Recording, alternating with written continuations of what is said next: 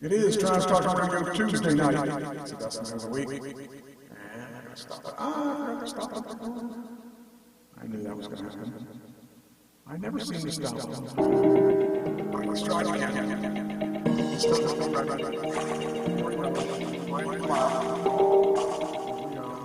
All right. And then we go to there. I'm going to just stop it there. I think I'll stop the middle there. Then it'll just stay in that place until I remember the turn. We're back again. Fun and frolic. How you doing? I'm doing fine.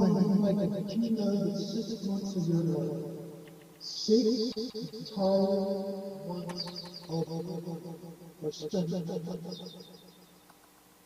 I did not know that, but I believe that.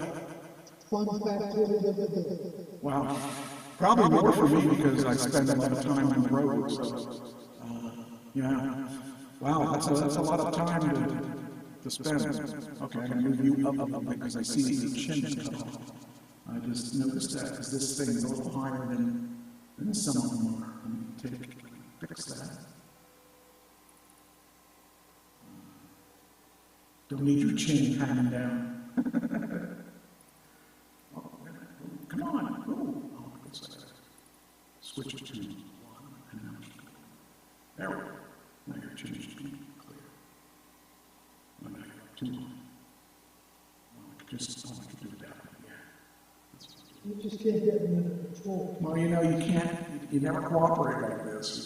You got to, let's see. I got to bring this one. Need this one to be. Darn it, won't let me grab it. There you go. There. Hey, now you got it. Now I got you. Now we're talking. All right, you're the right size now. Oh, you're a little small. It's okay. Can't be bigger than the host. No, your head is big enough. Exactly. My head looks really big compared to you now. I mean, jeez. Anyway, yeah, we're on the road again. Okay, I'm echoing. Is that really true? I'm echoing? Am I really echoing? I should be. Let me double check and make sure that. Oh, you are echoing. Let me see which one I want to turn on. Gotta turn this one on and this one. Now it shouldn't be echoing, right? That should be good. Okay. Somehow the one switch shouldn't have been on. I wonder if that wasn't the one that. Oh, maybe that's the one that ran the audio for the. No, because it would have been. Oh, doesn't matter. I'll figure it out. One of these days, I'll figure it out. One of these days, when I have an engineer to run it for me, I'll figure it all out. Okay, well, what a fun week it's been already. I did a bunch. I'm going to play a couple of auditions because I think there's some really good ones. I was telling you about the one. I want to play that one where I had the different personas for this one girl that was in trouble. I'll just say it that way. That one's pretty funny. All right, so we'll just start. Oh, the big thing that happened, the big news, the bad news that happened today, that happened last week was one of our former guests who was on the show in, I want to say 2006-ish, give or take, had died. I don't know if you know of Kevin Sullivan, but he was a big wrestler in the 70s, 80s, 90s, 2000s, 2010s, and he retired somewhere around there. He died. And he actually was a really cool guy. You wouldn't have liked him because he was satanic in nature, as his character was the Taskmaster, and he did a lot of really satanic things, but he wasn't like that in real life. In real life, he was a really nice guy. He was really, really kind of cool. I was really surprised the different person that he was in real life compared to what he played on there. But when I met him, the first time I met him, I would say it was in the 70s. I was a little kid, and I would go to WWF events with my dad, and I'd go there, and we'd have autographs. You could go up to the ring at that time. You used to be able to go up to the ring and get your autographs. And I used to get autographs of Chief Jay Strongbow and all these. Oh, it was just those were the days. It wasn't too big of a product, and now you can't get anywhere near the wrestlers, but back then you could. So anyway, let's just play that and get that out of the way, and then we'll go into the next thing. Now, let's hope I got this all set up. Oh, that's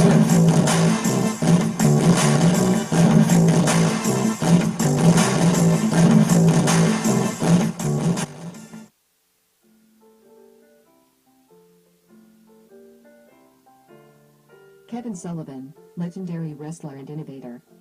Born on October 26, 1949, died on August 9, 2024, in memoriam. Kevin Sullivan, a legendary professional wrestler and promoter, passed away peacefully on August 9, 2024, at the age of 74. Born on October 26, 1949, in Boston, Massachusetts, Kevin left an indelible mark on the world of professional wrestling with his unique persona, captivating storytelling, and an unparalleled passion for the sport. Highlights of Kevin Sullivan's life and career. Wrestling debut. Sullivan began his wrestling career in the late 1960s, quickly establishing himself as a formidable competitor in the ring. His early years were spent wrestling across various territories, honing his craft. The Prince of Darkness, known for his dark and enigmatic character, Kevin adopted the persona of the Taskmaster, captivating audiences with his psychological manipulation and strategic mind games, which often left his opponents reeling. Creative mind. Beyond his in-ring prowess, Sullivan was an innovative promoter and booker. Best known for his work in World Championship Wrestling, WCW, and other promotions. He played a crucial role in the creation of several memorable storylines and matches, leaving a lasting imprint on the industry. Iconic feuds. Throughout the 1980s and 1990s, Sullivan was involved in some of the most storied rivalries in wrestling history, including his legendary feud with Dusty Rhodes and his role in the infamous Doomsday Cage match. Mentorship and influence. Sullivan was not just a performer, he was a mentor to countless young wrestlers who sought his guidance and insight into the business. His influence helped shape the next generation of talent, earning him respect throughout the wrestling community. Legacy. Kevin's contributions to wrestling have been recognized with numerous accolades, and he is remembered as one of the sport's great innovators. His ability to blend character work with compelling narratives has inspired countless wrestlers and fans. Personal life. Outside the ring, Sullivan was known for his kindness, humor, and a deep love for his family and friends.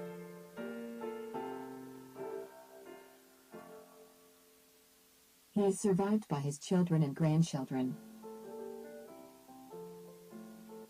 who remember him not only as a wrestling icon but also as a devoted father and grandfather.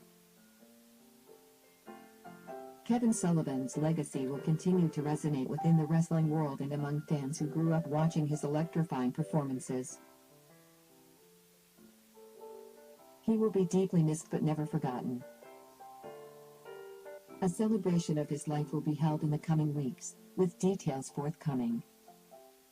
In lieu of flowers, the family requests that donations be made to foundations supporting youth wrestling programs. Rest in peace, Kevin Sullivan, a true legend of the ring.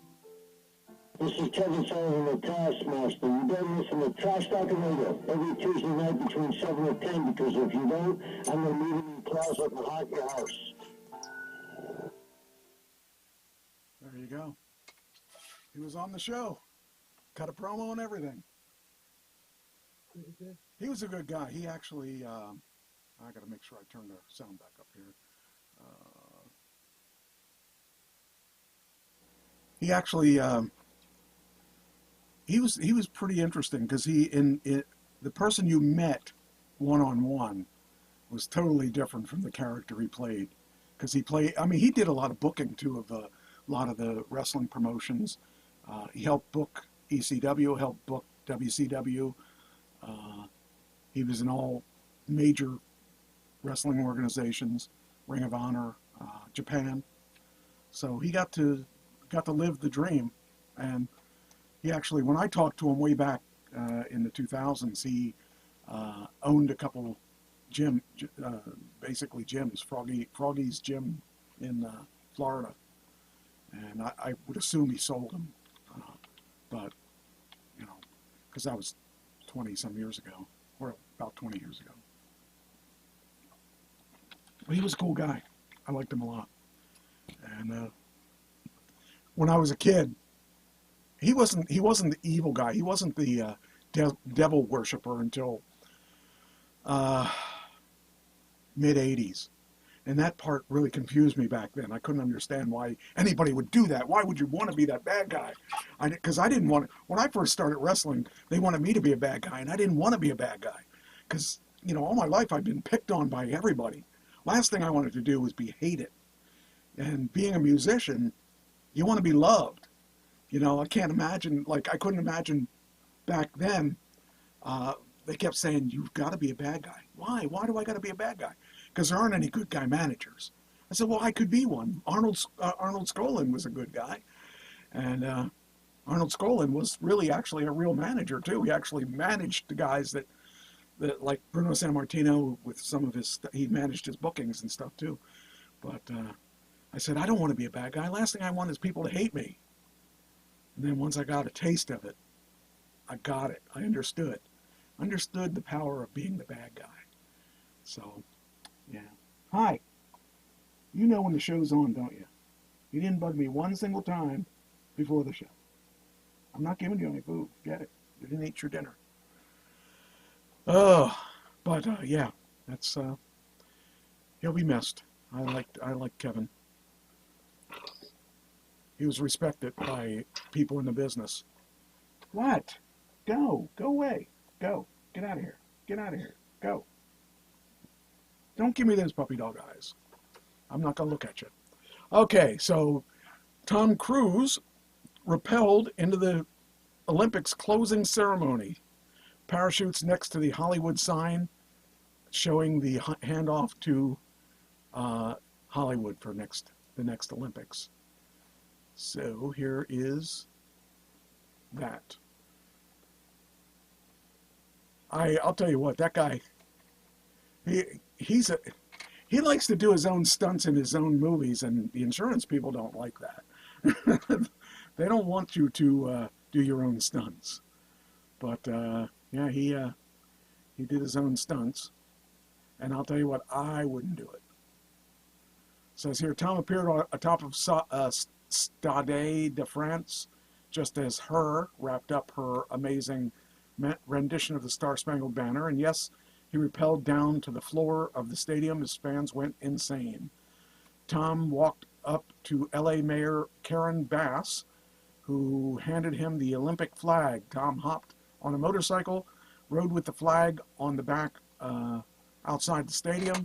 The video began playing Tom traversing the streets of Paris and then riding the chopper into what looked like a cargo jet. And cut to the back door of the plane opening up, and Tom fearlessly jumping out and free-falling for about a minute before pulling the ripcord. He landed safely, messed with some tools, and eventually the camera pulled out, and Tom was at the Hollywood sign, festooned with the Olympic rings. He then handed the flag off to a cyclist, and the flag was passed to a variety of athletes as they ran around the City of Angels. So either they had a super fast plane, because that would have taken a bit of time, but that's just kind of cool. I don't know how I feel about, well, in 4 years. In 4 years, I'm either going to be in the business or out of the business of acting. So I guess that's the way I have to look at it. And if I'm in the business, I'll be cussing because everybody's in the streets of my city of Hollywood. And if I'm out of the business, I don't care. So, oh, I also did acting gig on Wednesday. That was a fun thing. Which part is this? I wasn't sure what I was going to do when I got there, because they told me originally I was going to be an Alzheimer's patient, and that I study for every day. I forget things all the time, and I really act like an Alzheimer's patient all the time, and I'm not acting. But instead, I went there, and they handed me a piece of, well, they didn't hand me, they slid over a notebook with a page of my wife's ailment being Alzheimer's, and I needed to memorize that because I was going to be interviewed. And then they interviewed her without me, and actually I found that better than the piece of paper or the thing they wrote up, because I could listen to how she answered the questions and answer my question, because there was no script. I had no idea what I was going to say. When I got up there, I was going to just improv the whole thing, because they didn't have a script. So I went up there, and I pretty much answered things very similar to the way she did on certain things, and other things I elaborated and said, well, this is the way she was, this is the way she is now, this is the way, it's like I'm no longer married to her, I'm now her caretaker. And I made comments like that because that's the kind of things they were looking for, because this is going to be used for teaching purposes. So I actually must have sounded pretty genuine because there were no retakes. They only had me answer one question twice. They had me answer it the way I would have normally answered it. Then they said, "Well, we really need you to answer it this way." And she did that too. There was one time when they stopped her and said, "I need you to answer it more like this," and she did. So it was really interesting, and they put me in their database. So they're going to call me back for some other things. So that was a quick. And I was there for, I was scheduled for 4 hours. I was there for 2. So, and it wasn't too bad. It was like, it was near King of Prussia, but it was closer to Harrisburg. So it wasn't that bad of a drive either. But it was good. It was a good experience, and I was excited about that. So, all right. So Tom Cruise, that's done. All right.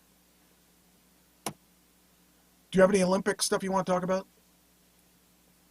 Since that's what I'm doing, kind of.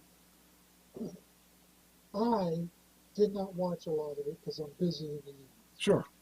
But I do know that there is a floor performer that lost her medal.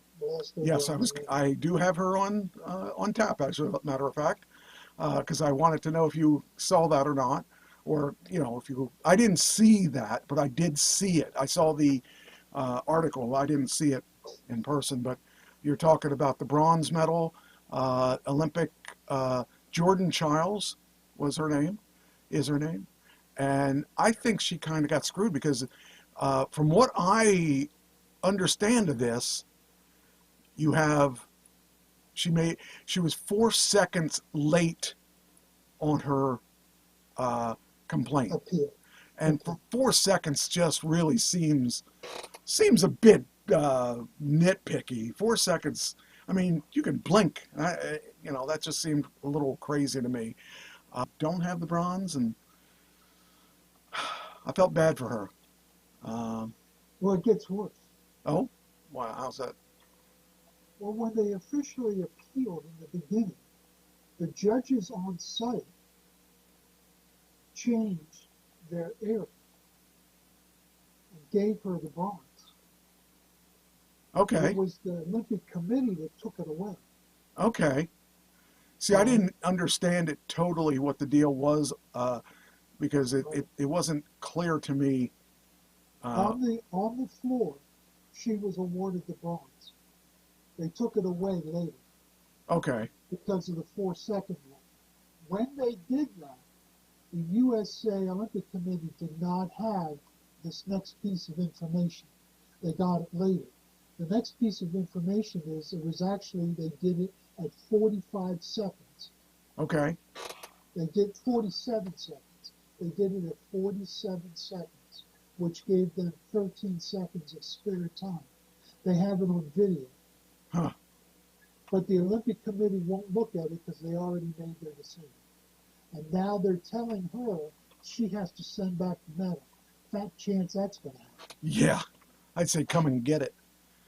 I I felt bad for her because you think you win something, you think you're doing well, and then pull it right out from under you. So The U.S. Olympic Committee is suing in the European courts. wow. Well, we won the most medals of all the countries. Most medals, but we tied in the gold. What we tied? China, right? Yeah, both of us won 40. We won more bronzes, or no, won more silvers and bronzes. Okay. So the total between us and China was 126 to 91. I'm really surprised that they were number two. I would have thought somebody. I mean, maybe I shouldn't because, they're always pretty strong, especially in gymnastics. When I was younger, it was the Russians. Yeah. Well, I don't even think they were. They weren't even there, were they? No, they didn't compete for a long time. I was pretty sure they weren't there because I was trying to figure out if they were doing, if they were there or not. But anyway, yeah, I'm just glad it's over. It's good. I enjoy it I enjoyed the opening ceremonies because it was different, and it was raining, and it was really, but this was the most celebrity-oriented Olympics I've ever seen. I mean, celebrities were all over the place. Maybe it's because it was France. I don't know. Well, it is a destination in and of itself. Yeah, Paris.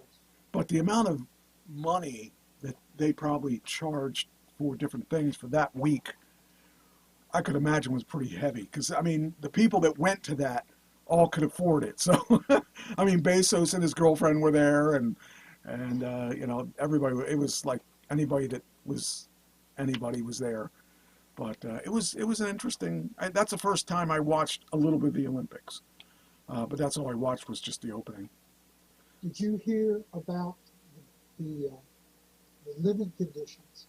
No.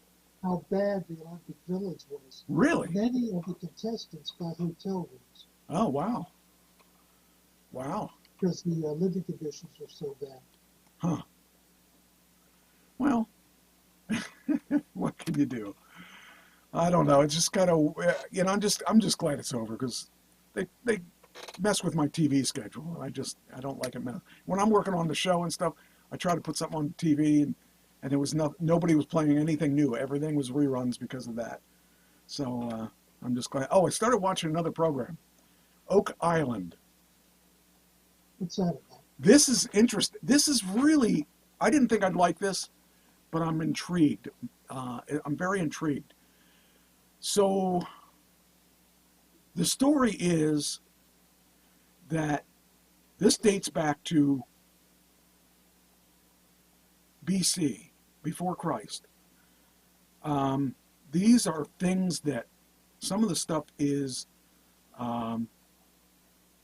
that's missing from the Bible.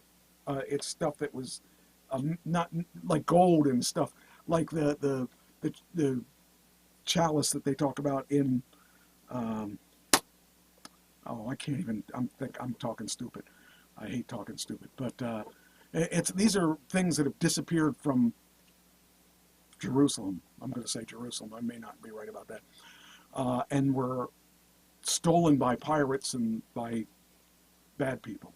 And they took these away from there and they ended up hiding them on this island. Rumor has it. And they made these really interesting tunnels in the ground that they hid the stuff in. And they made these traps that went off if you went through the tunnel and you weren't supposed to, and killed people. The tunnel is I think it's in Nova Scotia, which isn't far from over the ocean from where that was stolen from. A lot of people tried to recover this stuff, and nobody's made it out alive. A lot of the people have died trying to recover this stuff. So this pair of brothers bought this stuff about 7-8 years ago. Well, back then, about 7 or 8 years ago. It's now been 20-some years ago. And they have some money, and they're investing into finding this stuff. They've had people come there that have read the what is that writing from from from the Bible, not Hebrew or whatever. Hebrew? No, it's Hebrew and Aramaic. Okay, so a lot of this stuff is written in that. They have these pictures of these stones that were written, and they're trying to find it. There's like this this triangle, or not this triangle, this big cross. Mercy is the one corner of the cross, and they think that's where it's buried, and that happens to be in a man-made swamp, which is a man-made swamp because they don't want people getting in there. all this kind of stuff. Well, so far I'm the second year in. They found one. They think it was done by pirates. Ace is a coin with a giant 8 on it, and it's really, really old and stuff. And they found a couple coins like that so far. They still have not gotten down into the tunnel. They got these 2 tunnels that they can go down, but they can't get down there because it's really deep into the tunnel. They've been trying to scuba dive people and stuff, and people have died trying to. There have been 7 people that have died trying to find this, and or 6 people, and supposedly the curse is 7. When the 7th person dies, somebody will find it. I don't. Let's find somebody, Michael. Yeah, they're working on it. They're working on it because they're doing some pretty heavy stuff in the 2nd season. They're bringing in heavy machinery, and they're actually trying to get to this place. But every time they'll go across it, and they'll run this metal detector over it, and they'll say it's here, and then all of a sudden they'll run it over again, and it's gone. It's really weird. It's just I don't know how to explain it, but it's really odd stuff, and it's got me intrigued because I need something while I'm writing in the background, and that's a good show in the background to have running, because I only need to look up every once in a while to see, are they dead yet? So they're still going. But these brothers are really adamant about finding this thing, and one of the guys that's helping them bought the property more than 50 or 60 years ago, and he's still alive, and he's old, but he was one of the guys that almost died in the tunnel. So it's a really cool program. I'm fascinated by it, and it's good until next year when Skinwalker Ranch comes back on, because I need something. So, but supposedly the one guy at Skinwalker Ranch was here first. I haven't seen him on here yet. That's one of the reasons I started watching it, is to figure out what he did on that. But it's just interesting to me, some of the things that they're talking about. What's that say? He's a pusher. He's a pusher. Who's a pusher? I must have missed some comments. You didn't give me enough time to clean out the house. What? I don't even know what that's about. I missed that conversation, whatever it was. But anyway, it says the U.S. ended Paris 2024 with 40 gold medals, tying China for the most gold, but winning the most overall medal count with 126 compared to 91.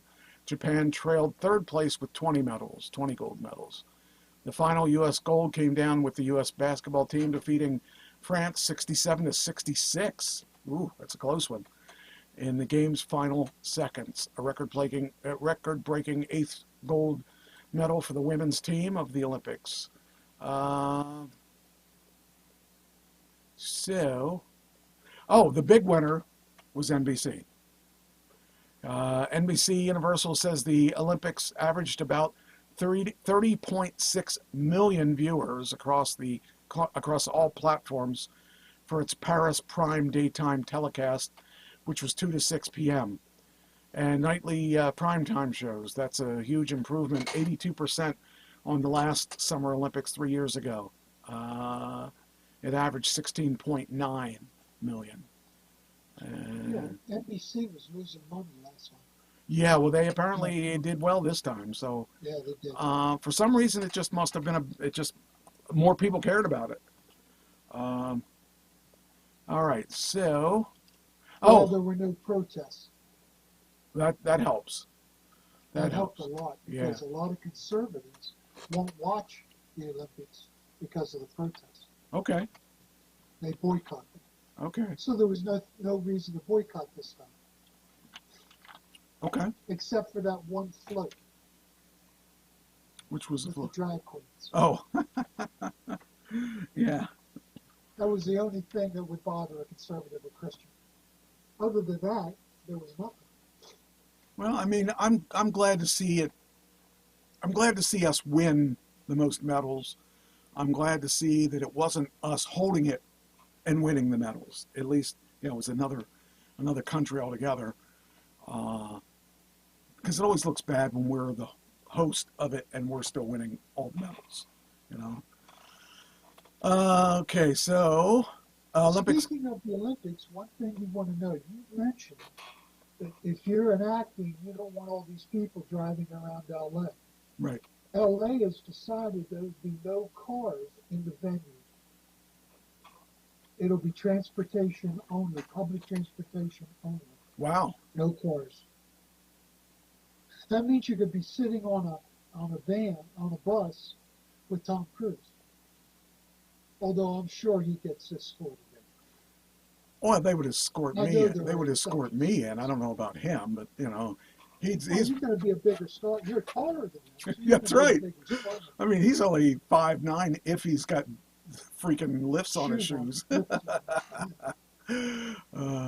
if I had a man crush, he would be my man crush.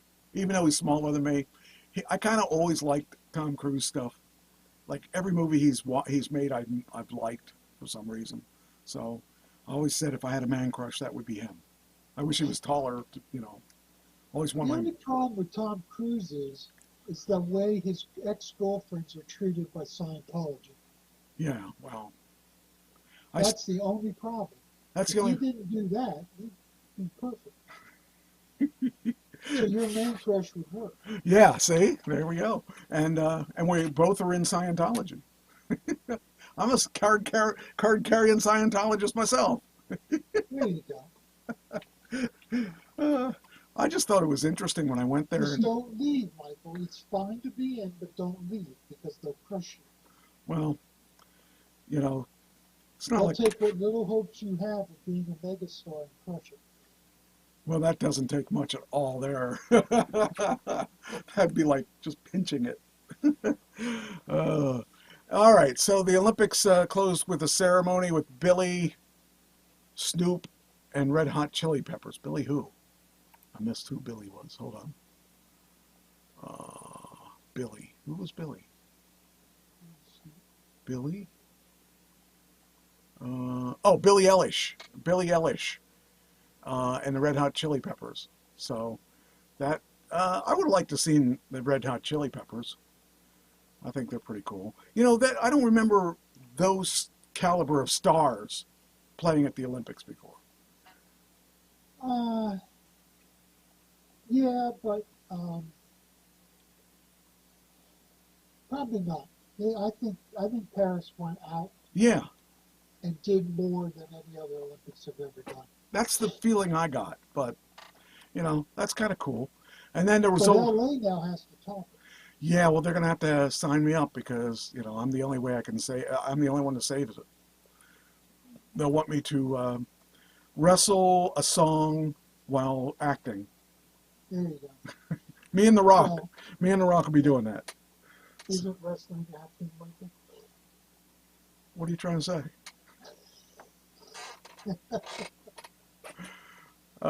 Anyway, then the big controversy was at the shirtless guy that he was going to scale the Eiffel Tower. Yes. You didn't get the whole way. That, to me, that's nuts. I wouldn't even. No, I don't like heights anyway. So I've rock climbed, and I got so scared one time that was the last time I ever did it. who was your friend that did the climbing? The little guy. Yeah, Scott. Scott, that's it. He was fearless. He was scared. He didn't. I wish I knew where he was, because I'd like to find out if he's what he did. I tried to track him down and never found him. But he was not afraid of doing that kind of stuff. When they rappelled He off and I, the, he and I rock climbed, and yeah, when he my would, knees were shaking the whole way. oh, oh man, I couldn't even imagine. I was thinking to myself, nope, nope. These guys, when they would rappel off of things and, oh, oh, no way. No, I keep my feet on the ground where they belong. So, but anyway, this guy apparently was fearless too, and I don't think he got all, how far did he get? He got halfway or what? Got up to the viewing area, Okay. the lower viewing deck. I could be wrong, but I think that's what it is. That's freaking nuts. Those people, I don't know. If you watch Walking Dead, that they they did their Daryl Dixon show recorded in France, and it was funny to watch how they transformed the Eiffel Tower into zombies all around it and stuff. It was just kind of cool. And that's the only thing I could think of when they showed this. I'm thinking, wonder how many zombies were up there. There were probably none, because they probably couldn't afford tickets because they don't have jobs. I don't know. But They that's, just eat their way to the top. that's one way to do it.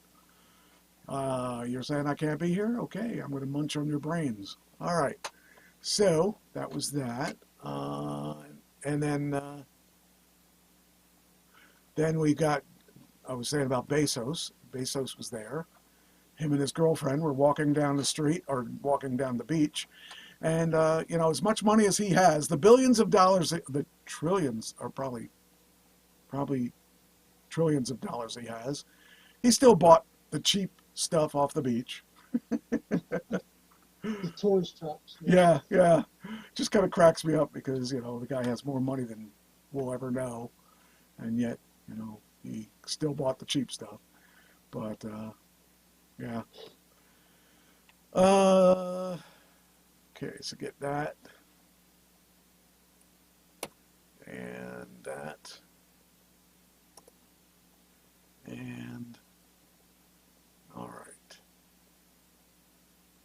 Then we've got Taylor Swift, counterterrorism security forces for her concerts in Wembley. Everyone's afraid that somebody's going to do something. I don't know. That guy, I don't know why they would go after her, because it's nothing that, but, I can understand why someone would have to go after Trump, because he's Trump. But she's just innocent, and makes tons of money, and I would marry her because she has so much money. If he could have done something there, he'd be known around the world forever. Well, that's true, and that's all they want, is they want to be known for something. I mean, I couldn't imagine shooting her. She's somebody that in the business she's in, she's got her right head. In other words, she cares about her audience. Like most people that go to do rock concerts and pop concerts and all that, they're in it for the money. And I'm sure she's in it for the money too. But she also fights to keep her prices down so that fans can afford to go see her. And my daughter was able to go see her. Usually, you can't afford tickets. Yeah, she's one of the few that actually cares about her audience. And let's see here. Then we got Ellen DeGeneres just sold one of her mansions. How much do you think she sold her mansion for? I'm going to guess 17 million. 17 million. If I told you you were way low, I just sold one of my mansions for $96 million. $96 million. One of her mansions. One of her mansions, yes. One of her mansions. She's oh, wow. downsizing. She's downsizing. Yeah. That's a village. that's not a freaking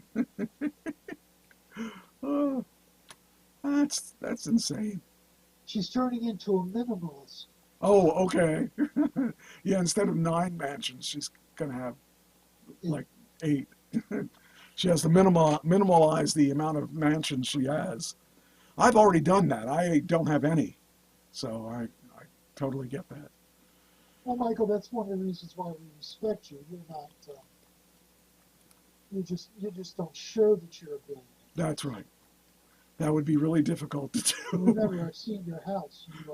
Do not show you're a billionaire. That's exactly Although right. it's a nice house.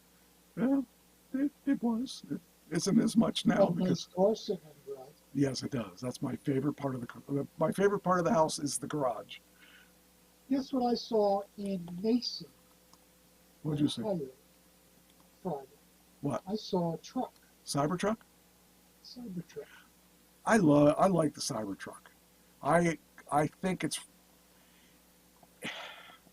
I'm gonna have a tough time deciding what I'm gonna do when my lease comes up, because I like my X, and I kind of would like to have a Cybertruck because of that the cover on the back, because there's many times I've wanted to have a pickup, but you know I would never really use it on a daily basis, but there are times, and that is kind of neat. Well, okay, so since we're talking about this, let's talk about Tesla batteries, because they're going to the 4680 battery, which is a smaller, much more powerful battery. But there's something else that is in the works right now, SSD batteries. They're basically, do you know what an SSD hard drive is, or an SSD drive is? Yes, I've heard. Okay, so instead of having a platter inside your drive spinning, an SSD is a solid state drive. That's what SSD stands for, solid state drive. And a solid state drive doesn't have any moving parts. It's just like a flash drive, except that it's faster and has more capacity. Well, they're going to make SSD, solid state drive, what's going to be solid state battery. They're making solid state batteries now, but they've just come up with a new solid state battery that if you put that solid state battery in my car, it'll be about 3,000 pounds less heavy. My car will be lighter than your car. Well, maybe not lighter than your car, but it'll be pretty light for a van, for an SUV. It'll be lighter than basically an SUV, because the battery weight comes down considerably, and it won't catch fire because it has no chemicals that'll be Chemicals that will be right. So it'll also be cheaper. It'll bring the price of the batteries down too. So they just released the 4680 batteries, which are not SSD, which are not SD or S solid state, not solid state, and they'll be out next year. So the new, probably the Y and the Cybertruck will be on the new platform first. These other batteries are called CTL, I believe, control. I think it's CTL, and they're working in conjunction with a company that invented them to make these batteries available. But they're a lot cheaper, a lot lighter, a lot longer lasting than the old batteries that they have. So that means where I get 360 miles today, chances are I would double that for the same size battery. I really think that is the ticket. That's why I never bought. That's why I always lease, because there's always something new on the horizon, and the battery life is indeed my biggest. Oh, it'll charge faster too. So not only is it smaller, lasts longer, but it'll charge faster because it's solid state. So there was a lot of research I saw on that, on these batteries, and I think it's really, that could make the difference between where we are today and where we'll be in a year. The difference could be the batteries, and we'll see how that goes. And I'm going to keep my eyes on that, but could be really the game changer. Could, it's these people that said, well, it takes so long to charge your car. It doesn't really take that long to charge my car right now. Right now, it takes me to go for about 3 hours. It takes me about 10, 15 minutes at the most. And I can get 3 hours out of that, and then I got to stop for the bathroom again anyway. So, but this could be the game changer, because this could take that 3 hours to 6 hours. 6 hours, you can't drive 6 hours on your car without stopping. And so, I actually what caught my eye was Tesla's talking about coming out with a mobile home. And that's where it started. I think that would be really expensive. I was thinking that would be really a pain to charge that battery, because it's going to be really big, and they were talking about putting solar panels on it and everything, and they were talking about you could park your car wherever you're at and it would just charge. And then, but I kept thinking, well, that's going to be having a large battery. And then they started talking about these CTL batteries. And I thought, oh, well, let's listen about these CTL batteries, because I was thinking, man, that would make that thing really heavy. If you're talking about a big tractor trailer, or you're talking because they were talking about the Tesla trucks that are coming out, and they were talking about these campers and stuff. And when they start talking about that, they started talking about the new CTL batteries, and I thought, okay, now we're talking. This is what we need to get to the next level. We take less time, less power to charge. It's going to make the difference between where we are and where we can be. So I'm excited about it. That's an interesting thing to me, is that kind of technology. In Japan, Yeah. they've established a committee or a council to investigate EVs that are causing fires. Yeah. And they are contemplating eliminating all EVs from Japan. I don't see that happening. It's really, the thing is, it hasn't been as big of a, well, especially in Tesla. I'll say in Tesla, it's not been as big of a deal as people make it out to be. The amount of cars that catch on fire are so much smaller than regular cars catching on fire. The only thing is they're harder to put out. The blazes are harder. Yeah, and they're harder to put out. Now, these new batteries would eliminate that. These new CTL batteries, they don't catch fire, because they don't have the same lubricants or whatever it is that they use on the other batteries. So I don't see them doing that, because there's too much upside in keeping them around, and they need for the ecology, because of the amount of cars in the China and in that area. The population is so thick. I really think they need to do that. They need to keep them around. But hey, who am I? What do I know? Since we're talking about him, we'll talk about this yesterday. Yesterday, it was interesting to see Elon Musk interviewing Donald Trump on Twitter, or on X, if you will. Now, they were late to the game. They were late to actually do it, because they had technical issues, and they had this. There was a cyber attack, according to Musk. Yes, and they also had a commercial running. It was about a 2-minute commercial that kept repeating itself. That was running, promoting Trump's election, which I thought was interesting. And Trump said a lot of good things. He also said a lot of things that make me cringe, as he always does. He can't get over the fact that Biden's not running against him anymore. Yeah, I think he's insulted. He felt that he had the whole thing wrapped up Yeah.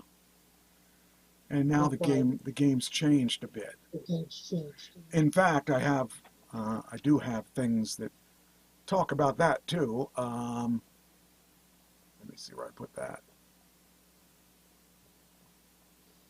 Well, my information is that his advisors are frustrated because he can't let this thing go Right. about Biden. Okay. So here's really the facts. Who's winning the 7 key states, Harris or Trump? Did you see this article? No, First off, I want to say that the only reason that she has any chance is she doesn't talk. She won't be no, interviewed. they won't let her. It's a strategy. They don't want her out there talking. I'm And surprised she even agreed to a debate. yeah, I'm really interested to see how that's going to go. But she's kept so quiet, and that's probably why she's doing okay. It says She that, also won't, she's been instructed not to laugh much okay. because her laugh is so irritating. Ah, one of them. Plus, she's black now, and I understood she was Asian before. She was Asian before now. That was that was funny to me that Trump can't get over that she's not that he didn't know she was black. Didn't Roseanne get in trouble for saying I didn't know she was black? Anyway, Well, Trump called a racist every day anyhow, so what difference does it make? yeah. Anyway, okay. So in the United States, winning most votes nationwide isn't enough to win the presidency. Just ask Clinton, who bested Donald Trump by nearly 3 million votes in 2016 and still lost. The real trick is to rack up the most votes in the right places. So which states are the battlegrounds? And it says here, why do the battlegrounds matter? And basically, we are one of the battlegrounds. Is Ohio? Used to be, but we've turned red. Okay. So here we go. How do we know which states will be the battlegrounds in November? Okay. First off, we talk about state polls. Okay, here we go. It has all the, okay. Here's where the numbers are saying right now. Arizona, Trump is plus 6% in 2024, and Biden was plus 0.3, 0.6 in 2024. Biden was 0.3 in 2020. Georgia, Trump is 0.9 in 2024. Biden was 0.2 in 2020. Pennsylvania, Harris is 1.0 in 2024. Biden was 1.2 in 2020. Nevada, Harris 1.1% in 2024. Biden was 2.4% in 2020. Wisconsin, 1.9 is Harris. Biden is 0.6 in 2020. North Carolina, Trump is 2.0 in 2024 and was 1.4 in 2020. Michigan is 2.6% in 2024. Biden was 2.8% in 2020. Those were the Who's seven. winning Michigan? Biden or Harris? Harris.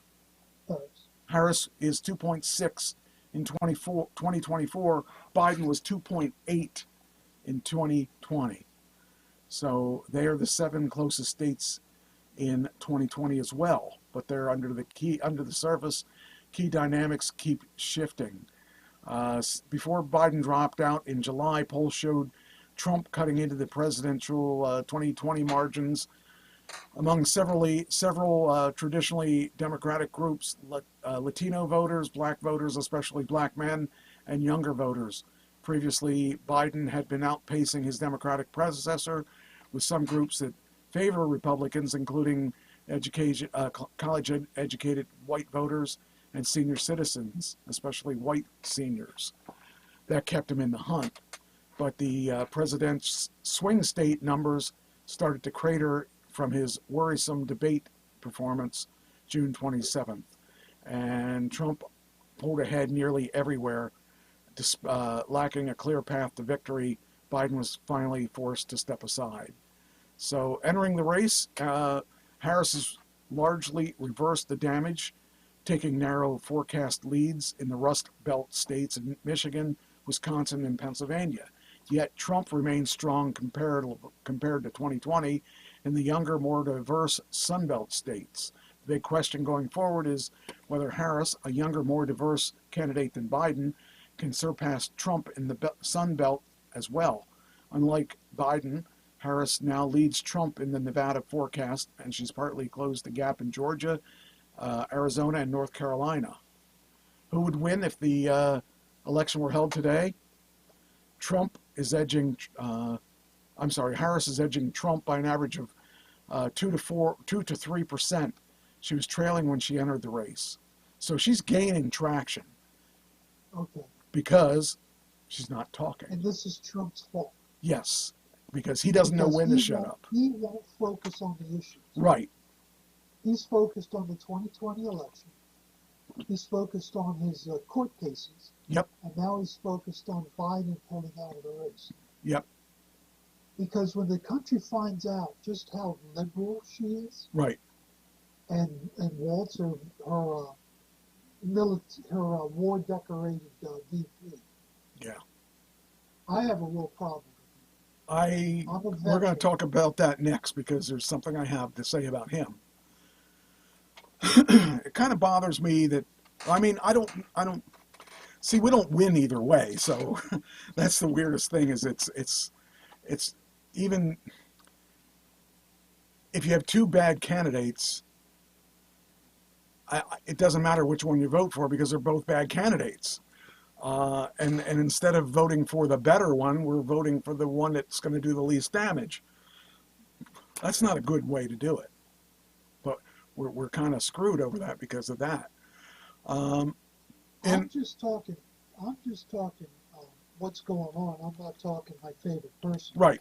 I'm just saying that Trump is his own worst enemy. Yes, And absolutely. his advisors are pulling their hair out because they can't get him off of those three topics. Right. He goes in with a script, and then he goes off script. And his mega followers love it. Yeah. And Yeah. independents, moderate Democrats, and never Trumpers can't stand it. Right. And that's who he needs to win. That's true. It says here in 2020, Biden beat Trump with electoral votes to spare, 302 to 232. If 2024 eventual results match today's silver bulletin forecast, with Arizona and Georgia flipping to Trump, with North Carolina remaining red, and with Wisconsin, Michigan, Nevada, and Pennsylvania staying blue, Harris would win with 279. And that's a big if. Another way to think about the election is in terms of probabilities. The silver bulletin model currently thinks Harris would win the electoral 55 times out of 100. Trump would win 45 times. It's much harder. It's hard to get that much closer than that. What may change between now and election day? Because we got we have less than 90 days. We've got, 75 days or something? Yeah, something like that. In general, voter demographics and distribution determine the vast majority of each state's eventual outcomes. College-educated white Pennsylvanians, for instance, don't vote in a wildly different way than college-educated white Arizonans. The question is how many of them live and vote in each state. But when winning margins are narrow, like they were in 2020, local dynamics can make a difference. A few to watch between now and November: battleground states with key Senate gubernatorial elections, including Arizona, Michigan, Nevada, Wisconsin, Pennsylvania, and North Carolina. Why? Because high-profile statewide races can affect who turns out to vote for president. Battleground states with hot-button ballot measures, including potentially abortion in Arizona and Nevada, and immigration in Arizona. Why? Because such measures can otherwise unmotivate voters to show up on election day to vote for or against a new policy, then cast ballot for president while they're at it. Battleground states were RFK Jr. is on the ballot, including Nevada, Michigan, North Carolina, and possibly Georgia, Wisconsin, and Pennsylvania as well. Why? Because JFK could play the spoiler. I don't know who he would hurt more at this point. He's dropped in the polls from 8 to 10% to 3 to 4%. Well, and then they also denied him to be on the ballot in New York. Which affects other states too. Yeah. And, the thing is, what do you need to get on that? You need a certain amount of votes? Each state is different. Each state demands so many signatures to get on the ballot. And he was having a lot of trouble getting on some ballots. Makes me wonder what's going to happen in the next election. Because we're not going to have to, we're probably not going to have to worry about Trump either way. Because if he makes it, he can't go again. And if he doesn't make it, he's going to be too old to really go again. I hope so. Yeah, so then I don't want to go through this again. Yeah, this is pretty bad. It really concerns me because can we go through another 4 years with either one of them? With inflation the way it is, I just think that there's a lot of things on the line here. And I don't know that we can keep going in the way that we're going because people we're retired. We don't have a choice. We aren't going to make a lot of money. We can't find another job to make up the difference of what we're going through. And the kids of today, it's like, well, why should we work? It's bad enough we can't get them out of the house, but now they have another reason not to go out because they can. Well, I walked into a deli shop, and the guy was closing. And he says, "Okay, I'll make your sandwich, but I'm closing. You got to eat outside." It was 2:00. I said, "Oh, why do you close?" He says, "Because nobody wants to work. I got to go home and walk my dogs and eat something myself before I come back for the evening." Wow. Because he can't find anybody to work. That's crazy. I just don't even know. I mean, that's a whole different thing, but yet it's all part of the equation, I guess. Could Harris or Trump expand the battleground map by putting other states in play? It says it's unlikely if some big event or force such as economic collapse or federal Trump conviction were to alter the fundamental dynamics of the race in favor of one candidate or the other, then yes, the next tier of states could become battlegrounds. These include Florida, Trump plus 4.7%, Virginia, Harris plus 5.5%, New Hampshire, Harris plus 5.8%, Texas, Trump plus 6.8%, Maine, Harris 7.6%, New Mexico, Harris 8.0%, Ohio, there you go, 8.1% for Trump. So then the core group of 7 battlegrounds would still prove decisive, but the margins are closer, so they would break for Trump or Harris first. Piling up electoral votes elsewhere could just be icing on the proverbial cake. So I don't know. Here's another one. Trump falsely claims Harris used AI to fake rally image as his obsession with crowd size deepens. That's the fourth obsession he has. Yes. He's jealous. He can't stand the fact that she's pulling in as many enthusiastic people as he does. Yeah. Because Biden would have 1,000 people. Right. She's pulling in 15 to 20,000. I think it's because they don't see another. I mean, the Democrats are so anti-Trump that they'll do anything to make sure he doesn't make it. It just amazes me. I mean, people are beyond. I don't know. So anyway, so that's a swing state thing. I thought you'd find that interesting. Yeah, okay. I said about the Donald Trump interview yesterday. It went 2 hours. Went 2 hours of him talking. That's Trump. Yeah. he liked having a platform where he could just keep talking, and nobody was going to interrupt him. So, And it wasn't adversarial. Musk is going to vote for him. So, yeah, yeah. he voted for Obama. I do know that. He talked about that. Yeah. Harris declines Time magazine interview as she continues to avoid the press. So, yeah, Because she talks in word salads and she doesn't want that to come out. right. So, yeah, it says here Vice President Kamala Harris team declined an interview with Time as it continued to deny media access, according to the magazine's glowing cover story about her rise to the top of the Democratic ticket. She's gone 22 days as of Monday without holding a formal press conference or sit-down interview since emerging as the Democrats' nominee after President Biden announced he dropped out of the race. And the funny thing is that she just basically got the role. She didn't have to audition for the role. She didn't have to do anything to get the role. Nobody else was up for the presidential nomination. And they just put her in there. And I thought you had to be voted by your party. Well, the elites just came in and threw Biden out. And you know who Biden blames? Who? Biden blames Pelosi. Oh. Interesting.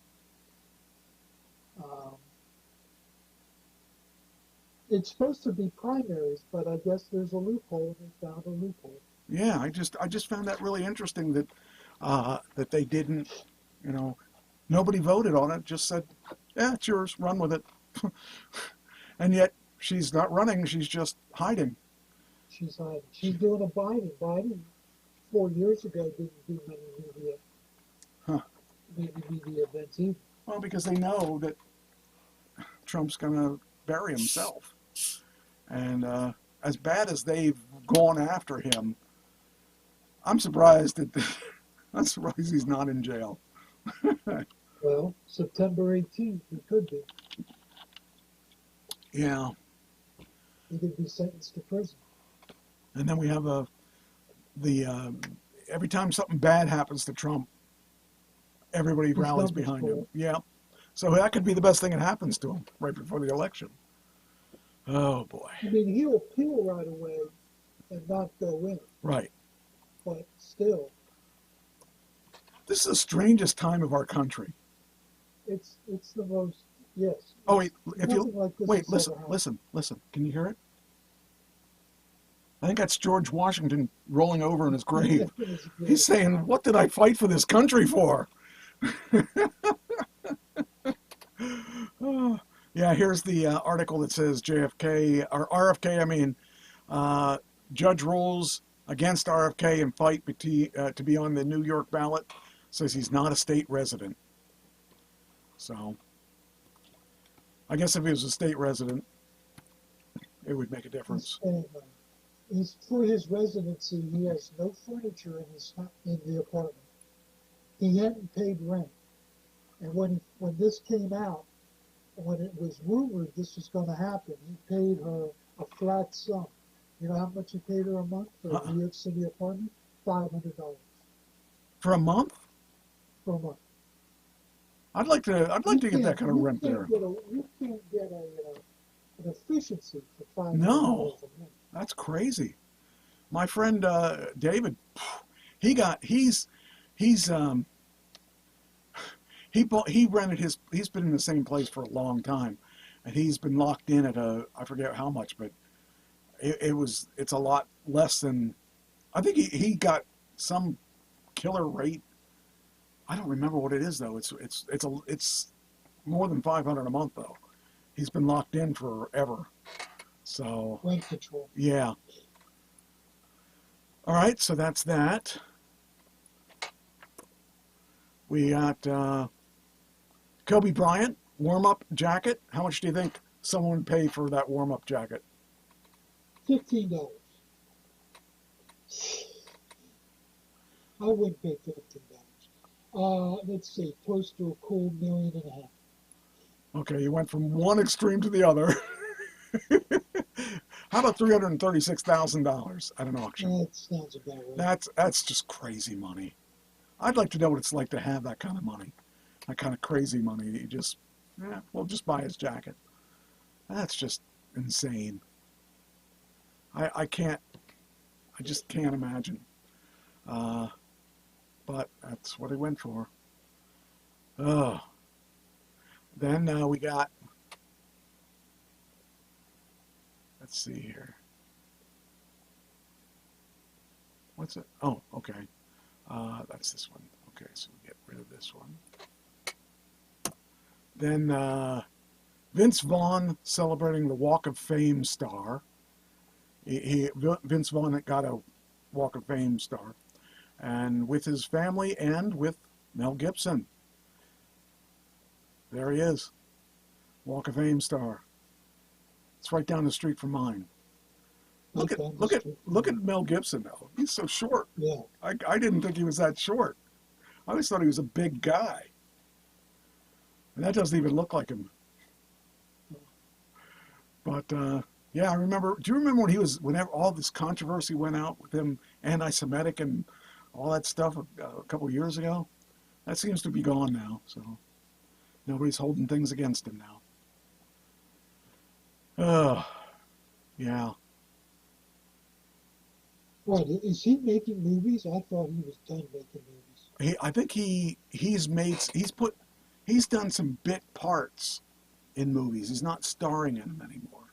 He just does parts here and there that just That's the punishment. Sometimes he does like the villain. So that's he made his money. It's interesting to see that though. Then we got, I forget what's that about? I don't remember what it's about. I forget.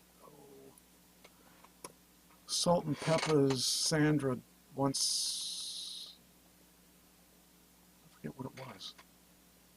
Once Southwest to giddy up investigation on a plane incident. I forget what the incident was.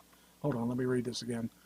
Oh, okay. So Salt and Pepper's Sandra Denton is putting the heat on Southwest after being kicked off a flight last month, demanding the airline investigate the issue and preserve any evidence in case this turns to a lawsuit. In a legal letter obtained by TMZ, Peppa's lawyers call on Southwest to get the ball rolling on investigating her removal from a July flight, echoing her previous sentiments that a male agent engaged in inappropriate, unnecessary action in handling the situation.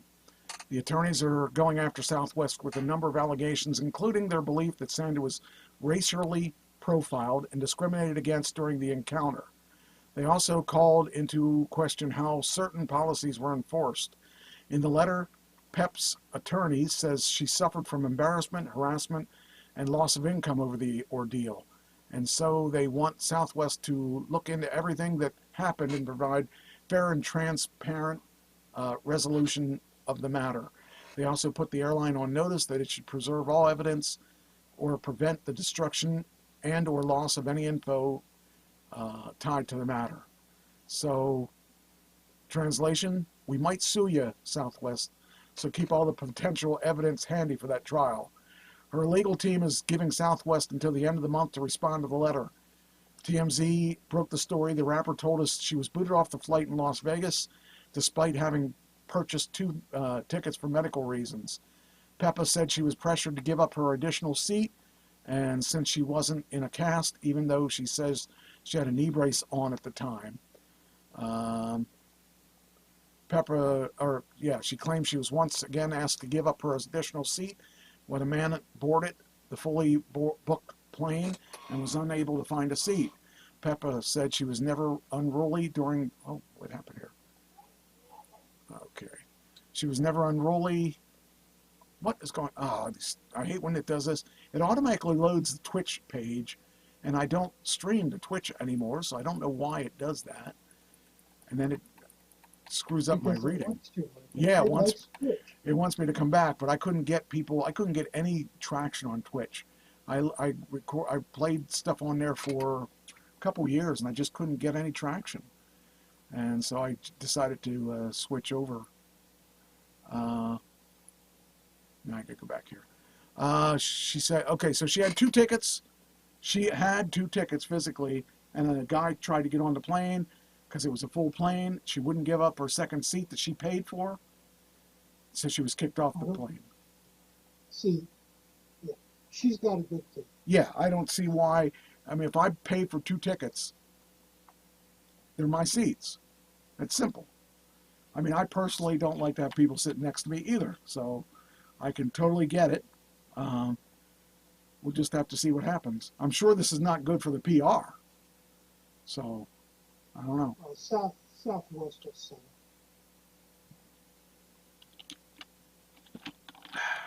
I don't think I've ever taken the Southwest. All right, next.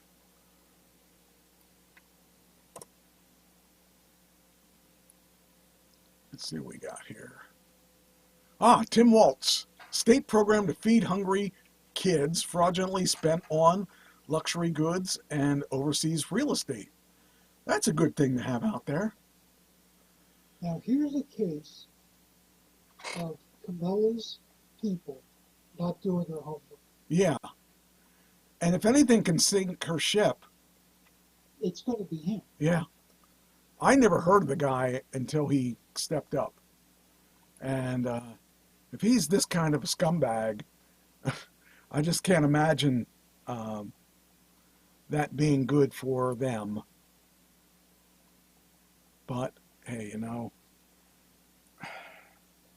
if he has that kind of ethic, why isn't this all over the place? You know, why aren't people talking about this? Because the liberal media doesn't want it out. But I would think that Trump would be all over this, trying to get, or Trump's people. Dances. Is he? J.D. Vance. Yes, he's all over it. Okay. He's attacking his counterpart. Okay. Trump's trying to stay above the fray a little bit. For a change. And let Vance do it, fortunately. It won't last. He'll go to his next rally and trash him. But the thing is, he's got to come up with a good nickname for him. Because that's what Trump does. He comes up with good nicknames. Right. Yeah. I just think it's sad that if you're a politician that you would do that.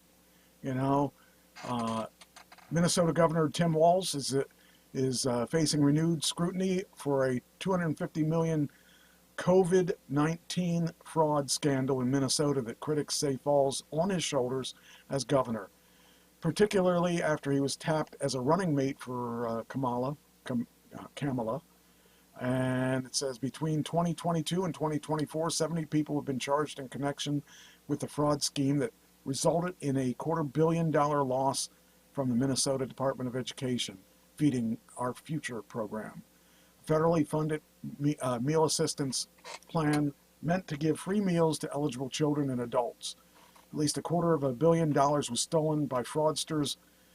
And it says here, the question, of course, came up, how did the State Department of Education let $250 million out the door to people who were later convicted of defrauding the program?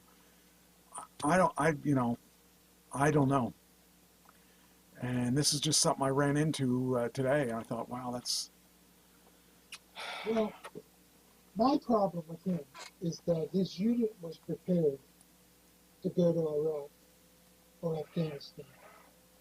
And he left, he retired, right before they were ready to go.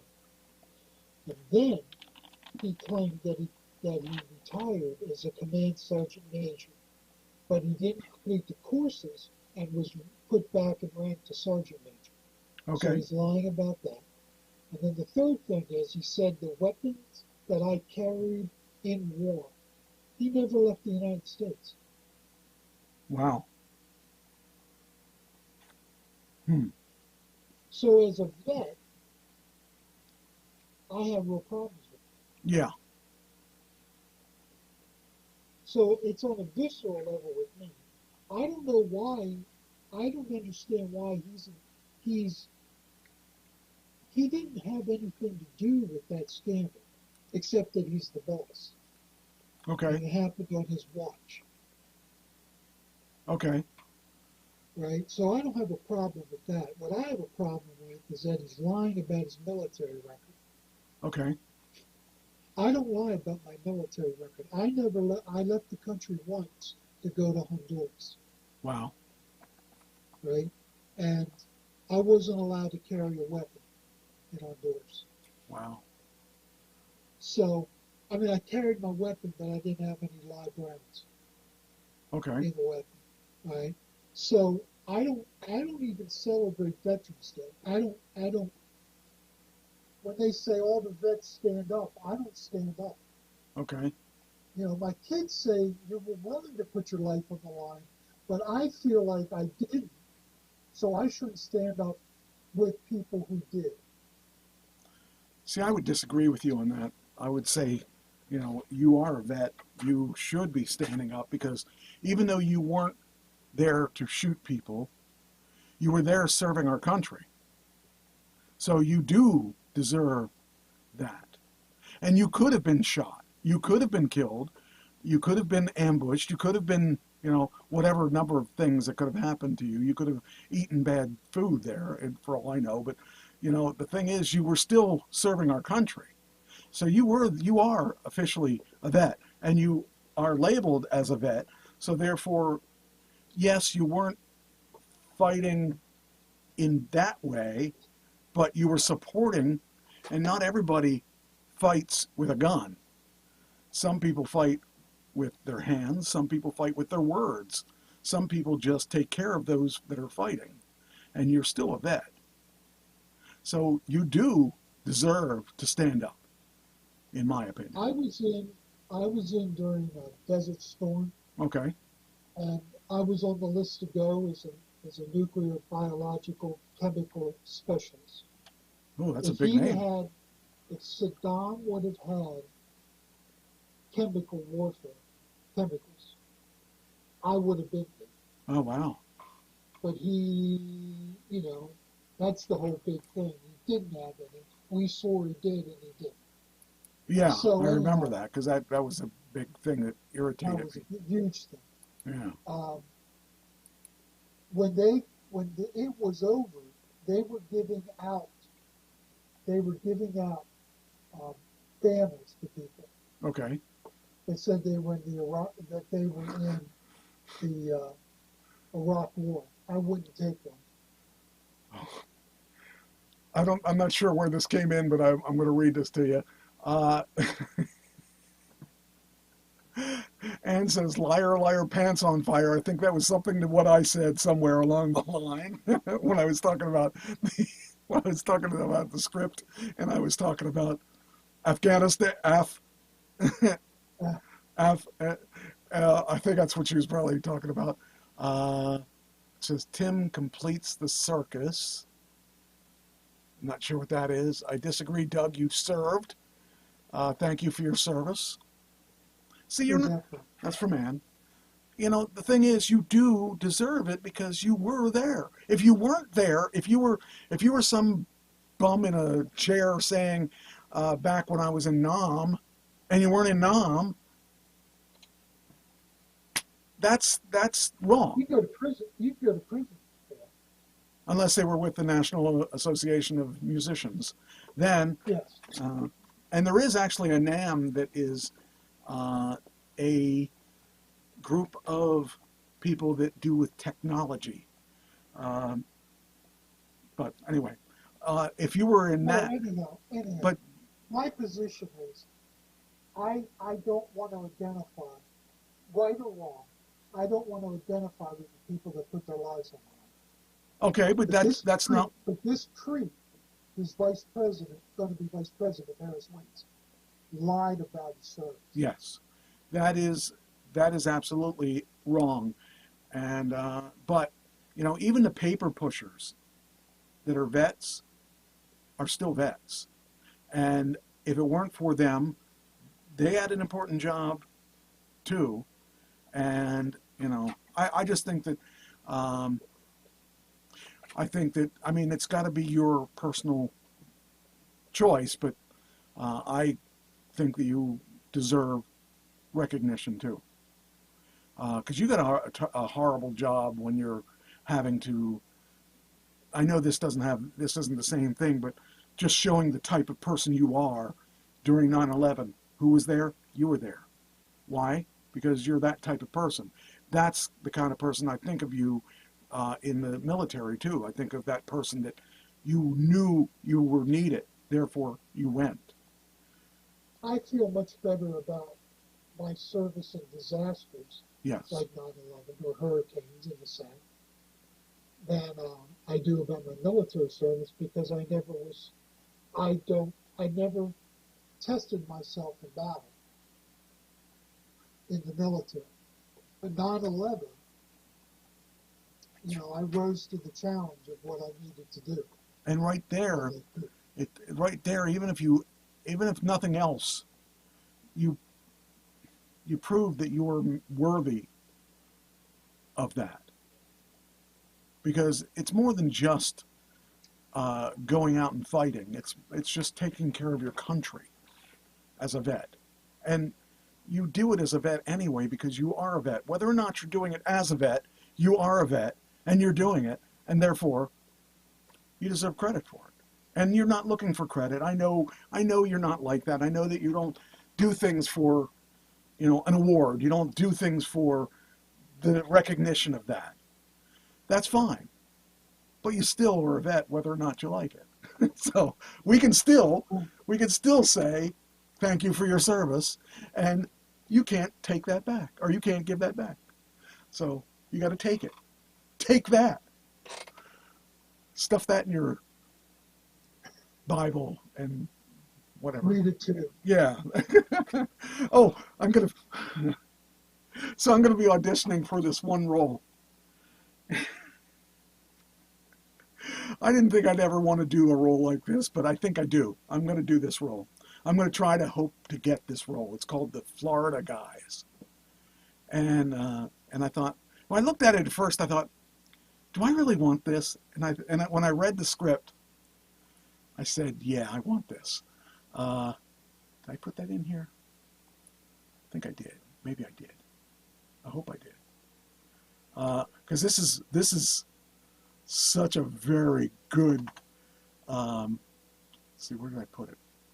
Might be under acting. I think it's under acting. This script, let's see if I put it in here. Oh, I didn't. Oh, I wanted to. I should have put it in here. It is really fun. It's a comedy, tragedy thing. It's about a guy that, it's the lead for this movie. And it's an older guy who has a cult. He's a cult leader. And I decided I was going to read it. Oh, I wonder. Oh, I do have it. Wait a minute. Let me, I just remembered I put it in my auditions folder. I'm going to read a little bit of it. This is going to be a fun one. I think I have it. Should have it here. The Florida Guy. The Florida Men. That's what it's called. Okay. So the opening thing is this. I'm going to read it with my redneck voice. Now, first off, this redneck voice was inspired by somebody who was on The Walking Dead, who was a classically trained actress, and she played this cult leader, and I stole her voice for this. And please don't be upset because it opens with a prayer. Here's my Uncle Rick opening. Dear Lord, thank you for the opportunity to live another day. Thank you for making me in your perfect image. And let us purge on those who are not. Amen. That's the way I'm going to do the whole role, is like that character. I think it's going to be really good because he goes on and he goes, boys, listen to your sister. She's paying me to watch y'all for just a couple of hours, and that's all good. I got some business that needs tending to tonight, and here's a pack of cards. Y'all keep yourself busy. I just love that. I just love the character. The character is so bizarre, and it's gonna be a good one. I'm looking forward to doing this role. I'm looking forward to auditioning, and I hope I get this role. So I want this role bad. It's so obnoxious. Anyway, next thing. All right. This on this day, sharpshooter Annie Oakley was born in 1860. Florence Nightingale, pioneer of modern nursing, dies, 1910. Fidel Castro was born in 1926. Construction of the Berlin Wall begins in 1961. Ball great Mickey Mantle dies in 1995. Celebrity chef Julia Child dies, 2004. So that's on this day. All right. Licensing deal. I mentioned this a little bit at the top of the show. Universal Music Group has inked a first-time licensing deal with Meta to allow music from the label's artists to be uploaded to WhatsApp and shared without violating copyright ownership. The move is part of an expanded global licensing agreement first signed in 2017 to have UMG artists and songwriters continue placing copyrighted music across Meta's platforms like Facebook, Instagram, Messenger, Horizon, and Threads. As part of the agreement renewal, UMG artists and songwriters will receive a slice of revenue from the use of licensed music on Meta creator posts. So that's a big difference between the way it was before, because you get strikes for using it in, if you use more than a certain like 15 seconds. If you use more than that, you get hit on YouTube and on Facebook and on Instagram. They'd all give you copyright strikes. This does not count for YouTube. This is only for Meta products, which would be Instagram and Facebook and WhatsApp and all that. So now you don't have to be afraid to use those songs that are only of Universal Music Group. So I believe that's a label. James Wan, creator of Saw and the Conjuring movie franchises, is developing a new take on the classic Universal monster movie, The Creature from the Black Lagoon, and is in early talks to direct the feature project. The movie comes as Wan and his collaborators presented with a pitch to remake the 1954 monster remake. The monster from the Black Lagoon, I always liked that monster. He was like, scaly and like a, and actually he was made into a movie in, I want to say 2010, that was unique because it was a movie that they captured the creature and were keeping him in this lab, and this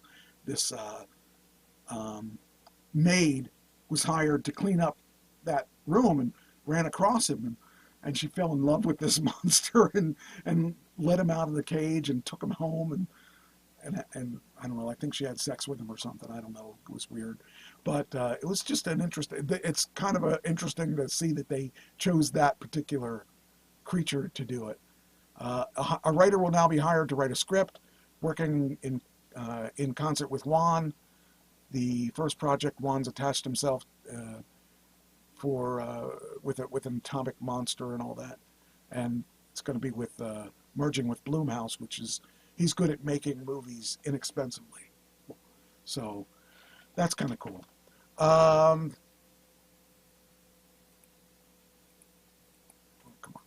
on, there we go.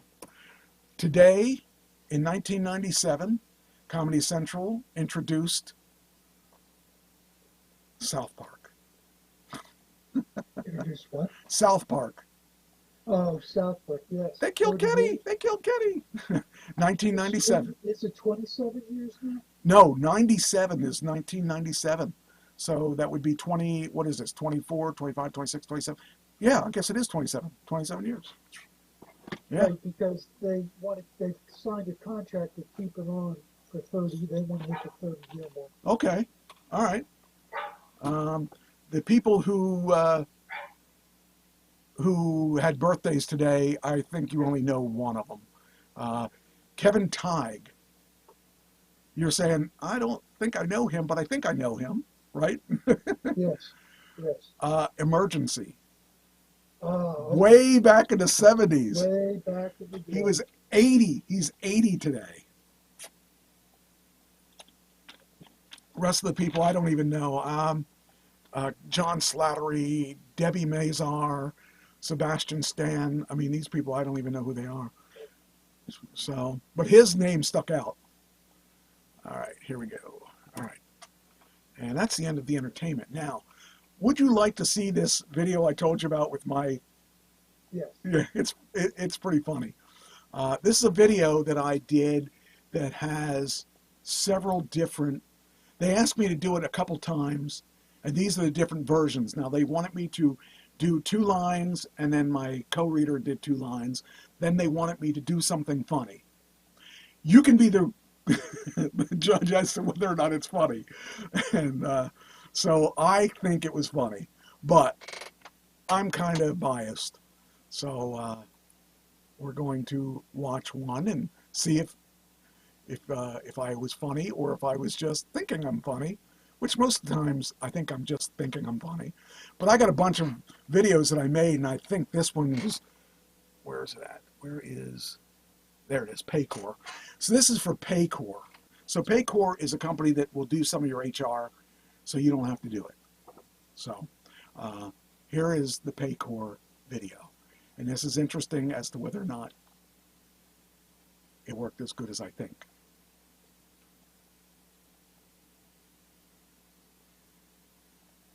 Hi, I'm Classy Mike Trash, 6'2", and from Dauphin, Pennsylvania. And I'm not represented by anyone. That was what they asked me, so I had to answer that. Is Myra Buried? again? Always.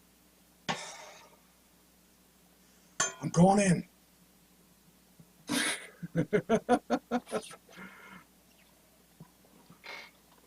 Take 2.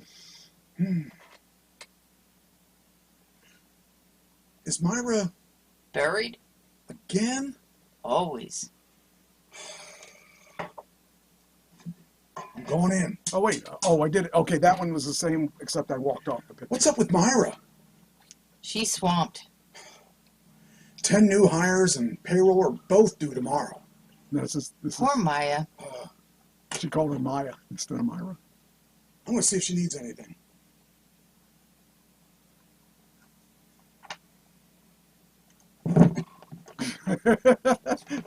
What's up with Myra?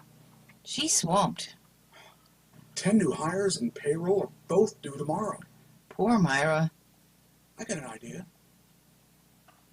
This is so stupid. I hope there are no gators. I hope there are no gators. Is Myra Buried? again? Yep. Always.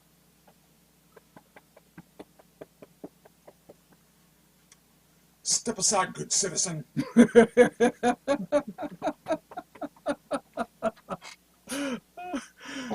That's what I sent in.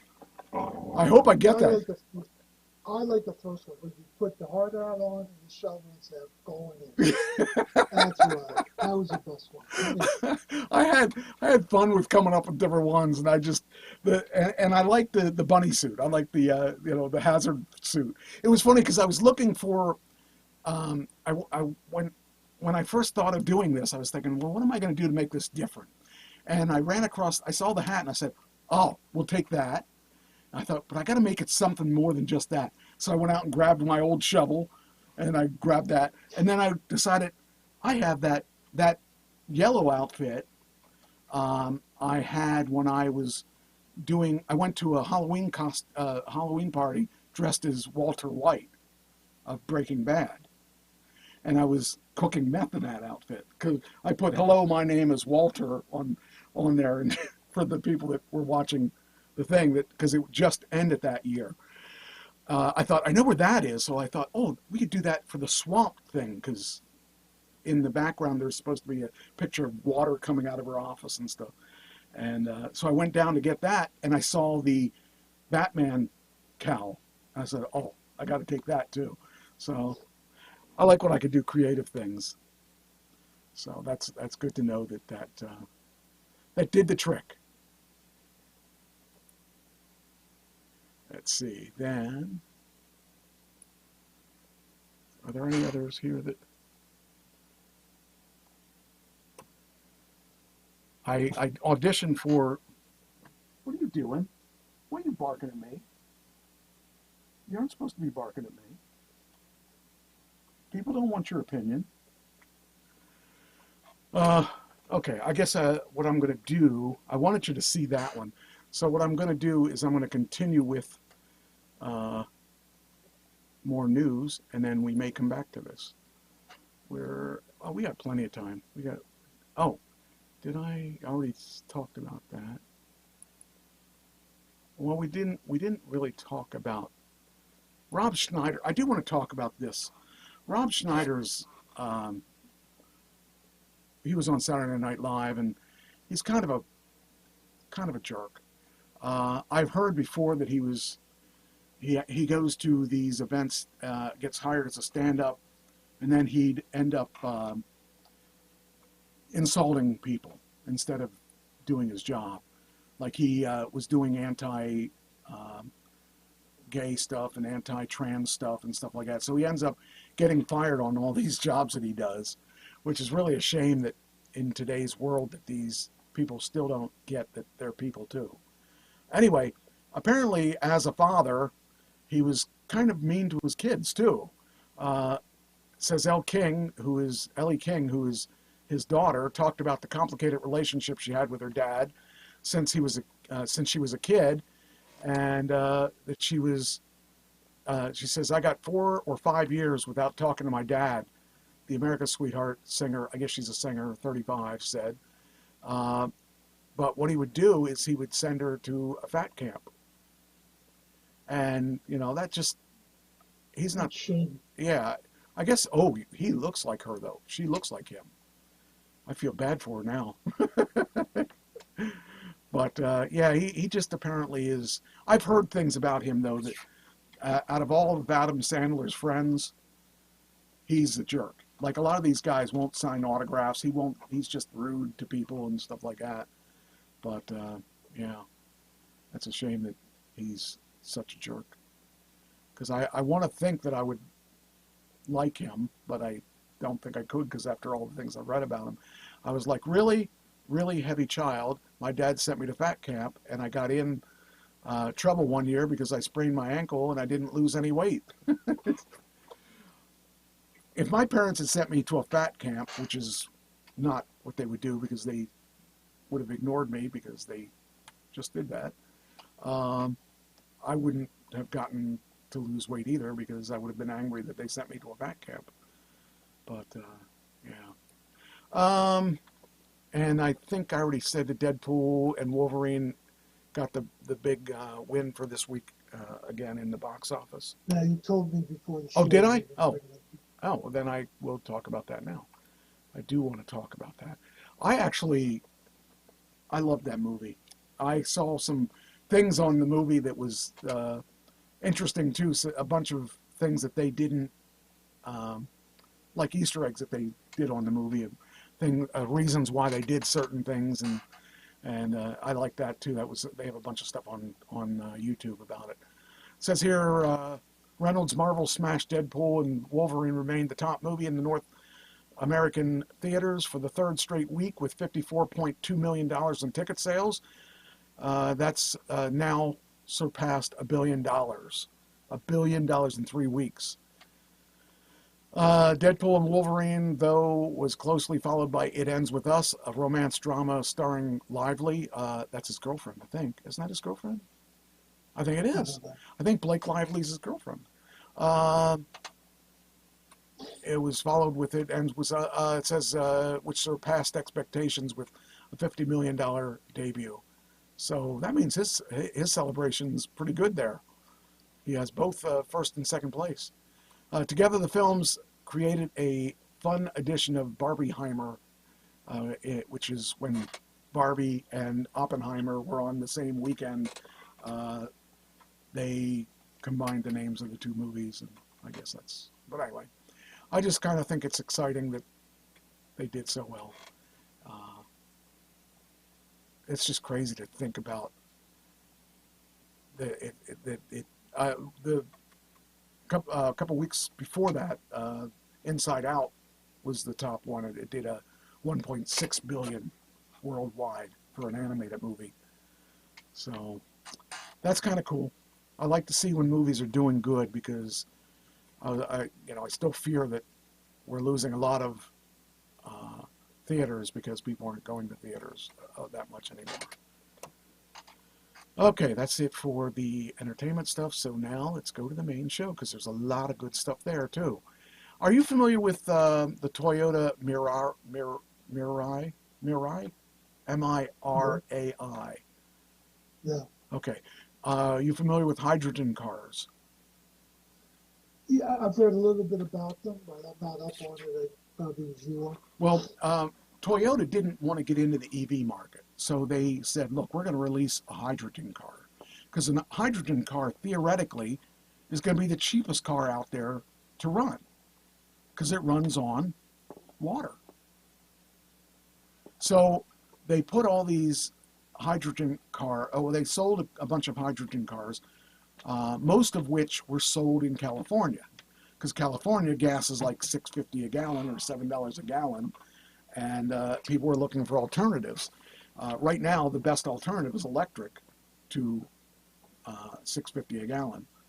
But hydrogen has become an issue because, according to this article here, refueling a hydrogen car in California is so annoying that drivers are suing Toyota.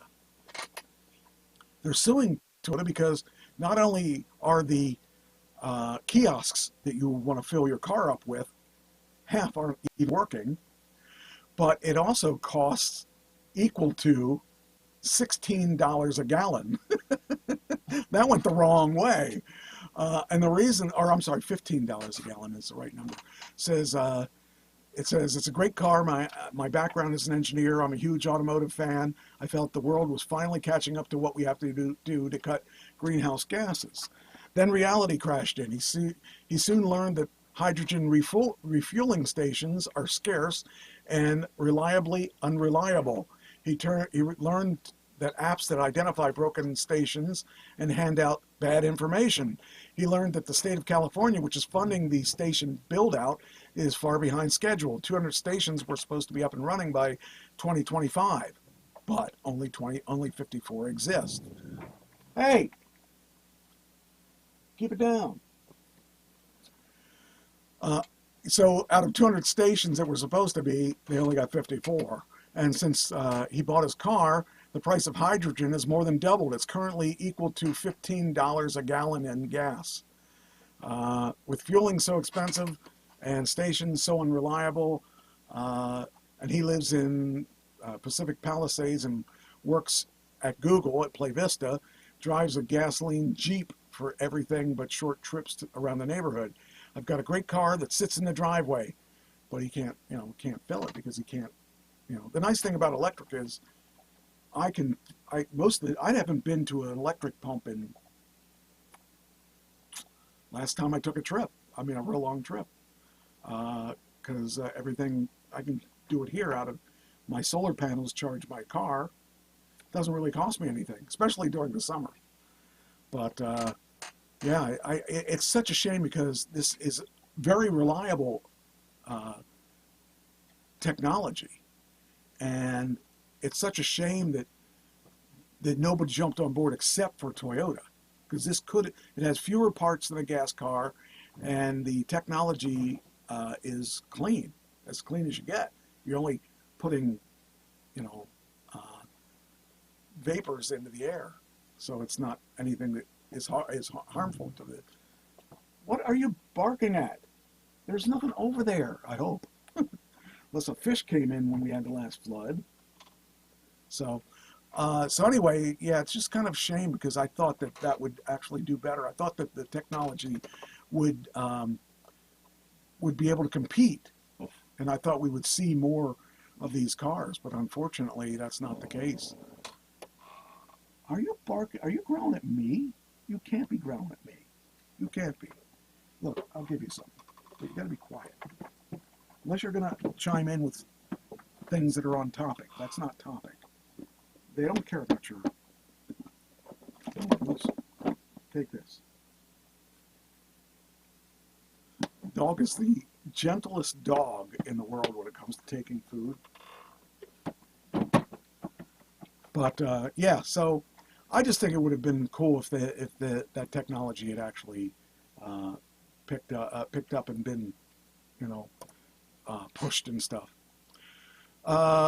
Colorado shopper confused by a mysterious 2.5% charge on her receipt. Do you know what a PIF is? No. What are PIFs and where's your money going? I have never heard of this until right before the show.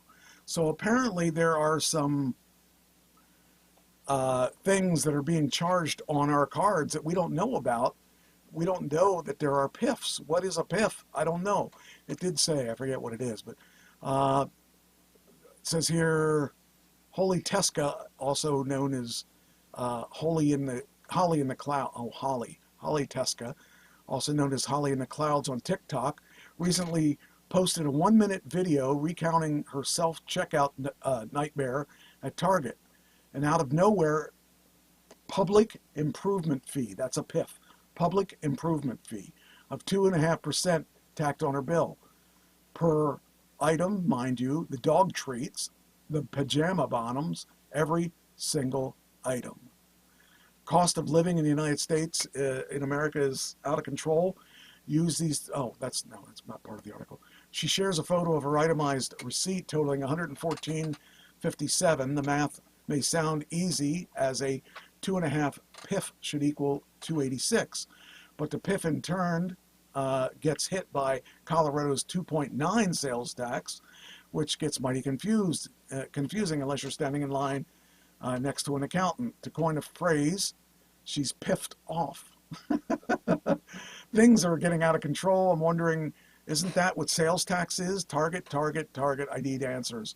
In case Target CEO Brian Cornell didn't hear it, she whispers it one last time in the video's final second. I need answers. Under normal circumstances, Tesca would want to stake out the state capitol in Denver, but she's looking in the wrong place. It turns out the PIF is a tax that isn't really a tax. Here's more. The PIF plot thickens.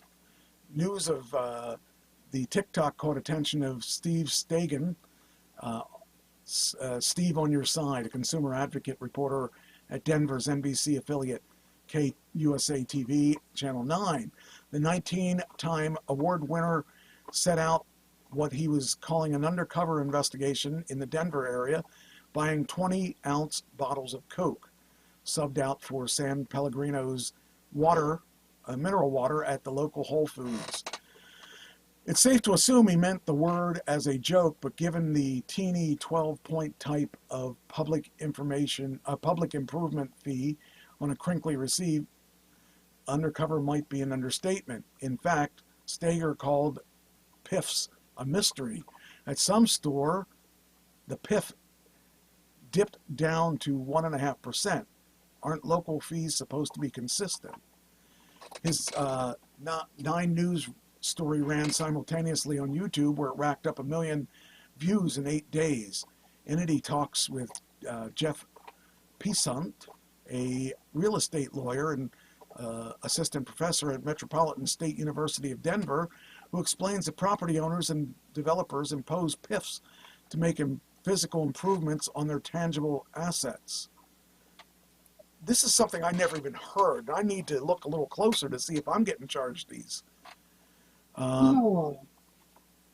that should be taken care of by your property tax, and Yeah. by your sales tax. Yeah, well, that's because this isn't, apparently this is not a government tax, is what I think they're getting at. They're saying that this is something that Target decides is going to be a fee that they're going to charge for things like this, fixing the property and stuff, because it doesn't look like it's not a government tax. Well, if it's Target doing it themselves, instead of raising the price of the item, they're putting this tax on. Right. That's the way I understand it. And that's wrong. They should not be able to do that. No, but they just raised the price of the item. Well, I would rather they do that than try to trick us by putting a little 2.5% here and there. And if they're not all the same, it's not a state law. It's a self-imposed law to make their prices look cheaper, but they're not. It's kind of false. It's not, and it says it's legal. It says, and yes, it's all legal. Colorado has had PIFs for more than 2 decades. I don't know if that's going on here or not, but I've never seen, I've never I've looked. never heard anybody complain about it. Yeah, well, this is the first I've ever heard of anything like this. And that seems really like a lot of money. I mean, it doesn't seem like a lot up front, but if you're getting 2.5%, 2.5% adds up. If for $100, you're, $2.50. So, it doesn't seem like much, but that's on top of your other thing. Are you being taxed on the PIF too? Is that before? Are you getting taxed before or after the PIF? When you think about that, that's not really cool either. I don't know. It just seems really, it says, do PIFs exist elsewhere? PIFs, as described in this article, are unique to this Centennial State. You won't find them on the books anywhere else in America. Some are rough equivalents of public laws that protect private financial interests, but there are more grounded in political intrigue. In Chicago, a 2008 deal ramrodded through the city council by former Mayor Richard M. Daley sold 36,000 parking meters to Morgan Stanley for more than $1 billion.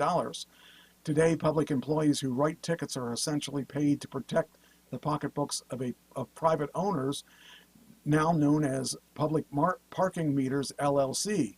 3 years later, Daley took a job with the law firm that negotiated the deal. So I never knew that you could, I always thought that they were owned by the government, but here it's talking about the parking meters are owned by basically Morgan Stanley, but a new company called Chicago Parking Meters. That's kind of weird to think about that. Now, I guess if you owned a parking lot, you get paid for people to come into your parking lot. See, that doesn't upset me, because parking garages, parking lots, and meters all do the same thing. Yeah. I think it bothers me because when you're parking on the street, you're paying for that street with taxes. So I think I have a problem with that, but I don't know. Back in Colorado, the folks who built and run the Lakewood Target that started the PIF kerfuffle may want to read the comments of Teska's video, all 3,000 plus of them. Some suggested a store boycott, while others pointed out the insanity of piling a PIF on top of inflationary price hikes. That's what I think. I think it's misleading, because we're going to pay more, and it's not like you have a choice. So I don't know. I have a problem with that. So if there is anything that piffs me off more than that, I can't tell you what it is. This is really disturbing. This video shows a police officer beating a detainee in the back of his patrol car. And this is disturbing. I don't know if this is going to play or not. We'll try to make it play. Okay, you going to play? It says the Couples choose a sleep number climate 360. An officer in Jonesboro Police Department was fired after the video showed him assaulting a handcuffed man in the back of a patrol car. Sleep better together on the Climate 360 Smart Bed. You're going to put me to sleep. Sleepnumber.com. Now I want to know Video why shows he's a police tied. officer assaulting way. a handcuffed man in the back of a patrol car. I mean, he got in there and was hitting.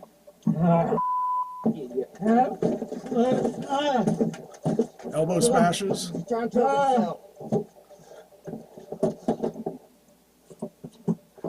The Jonesboro Police Department immediately fired the officer, Joseph Harris, after an internal review. Early in the video, the detainee can be heard saying he has fentanyl inside of him. Sir, will you please listen to me? I have got fentanyl inside of me. He is then seen wrapping a seatbelt around his neck.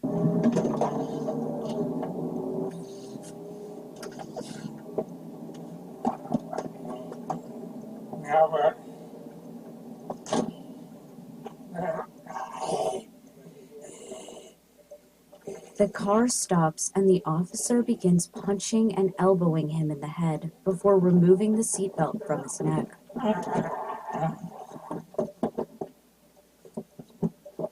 The detainee then appears to be unresponsive at first, before the officer prods him with his baton.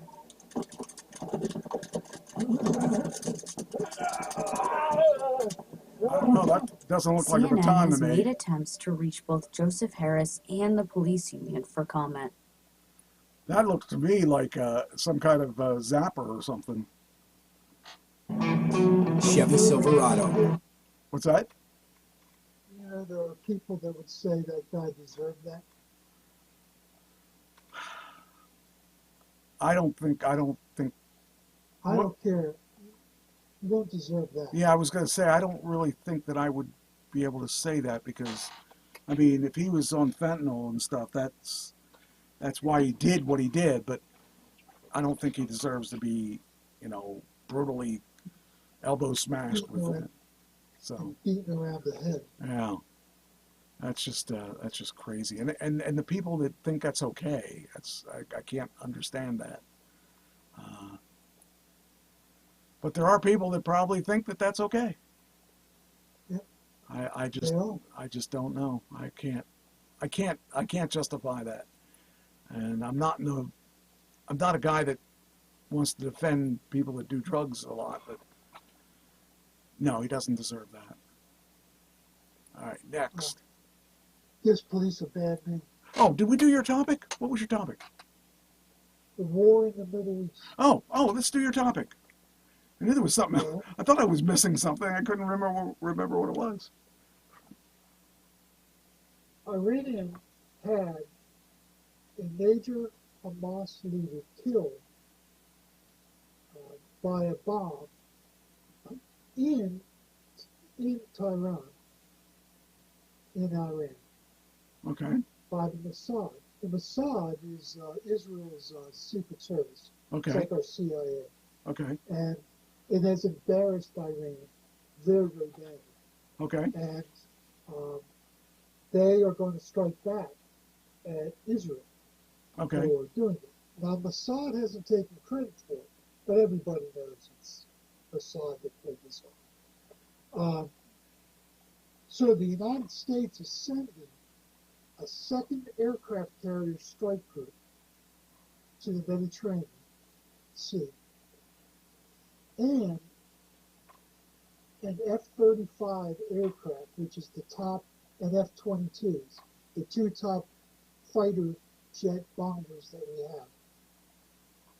And they're sending a ballistic missile, Tomahawk missile submarine, Ohio-class submarine. This is more firepower than we have trained against Taiwan in the fight with China over Taiwan. We are heading towards the United States being heavily involved in defending Israel, which might draw us into a Middle East war. Now, I'm all for defending Israel, but this is a major escalation. Now, it's a deterrent because we don't usually advertise where we're sending our strike groups to. That's basically secret information, except when we're trying to deter somebody from doing something. We have enough firepower in the Middle East to take out most military installations in Iran. We can really damage Iran. Okay.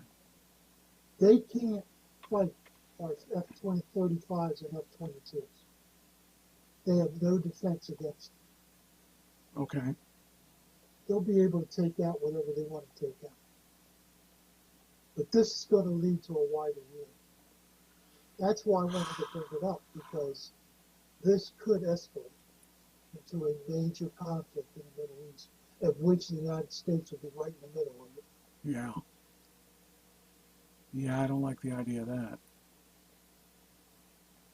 Now, a carrier strike group, oh, just froze.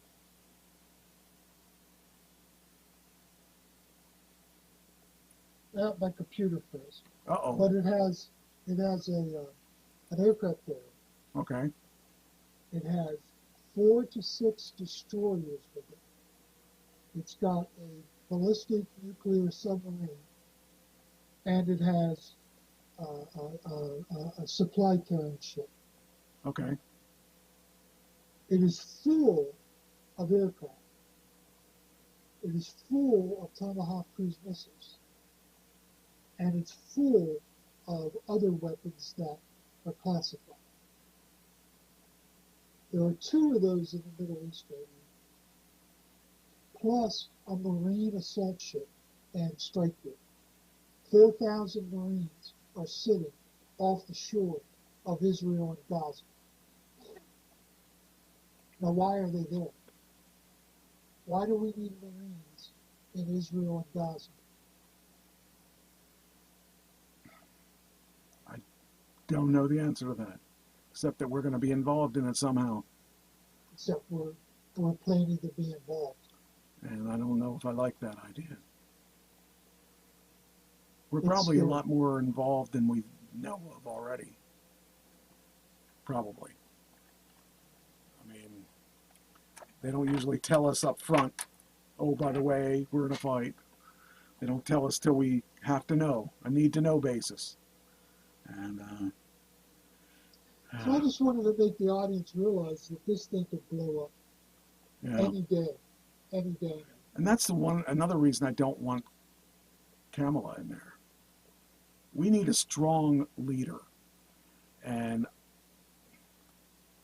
I know this is probably the wrong thing to say at this time, but a lot of the leaders, a lot of the countries do not respect women, no matter how strong they are. Just that they're women.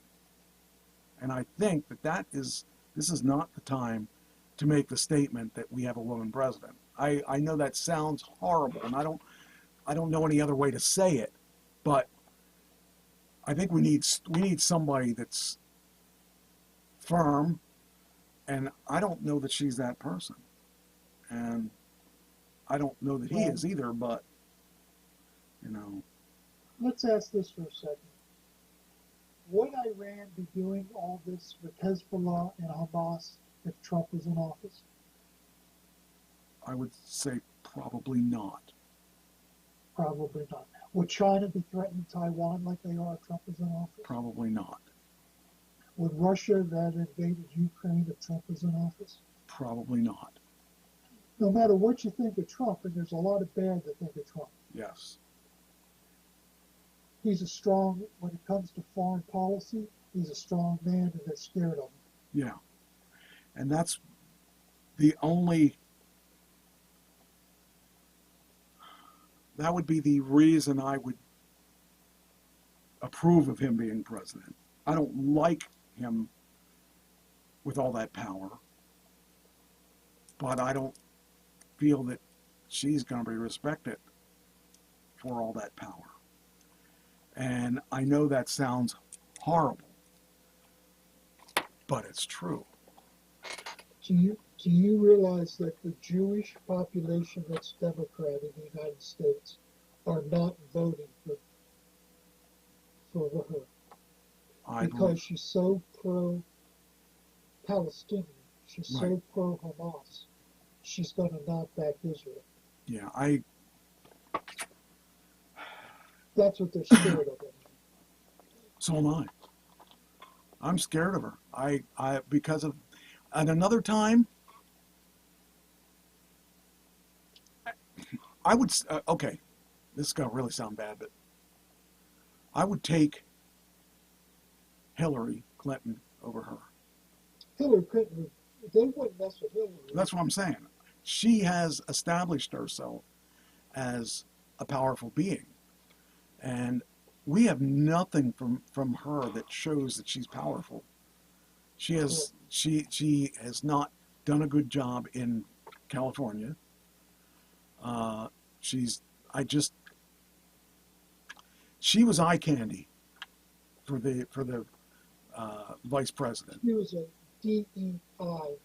Yes, absolutely. And she fit in with the Asians and the blacks. so Asians first, then yes, blacks later. that's correct. I didn't know she was black.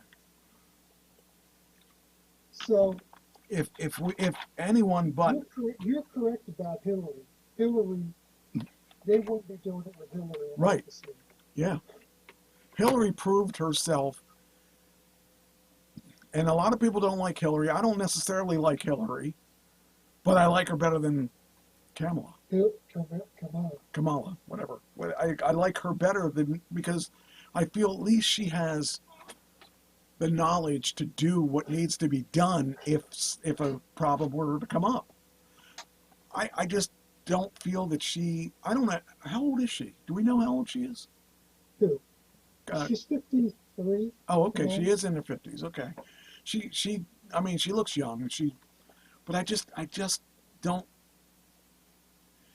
And it's not even against a woman, it's against a woman looking weak. And I don't think she looks strong. I don't think that she doesn't scare anybody. And I don't think she has the chops for the job. yeah, and if she has to be confronted, or if she has to confront these people, they're not going to take her seriously. And that's really what it comes down to, is that if they had a strong Democratic candidate, male or female, because I guess I don't really think it's a female thing, although a female has a harder time being respected in those countries.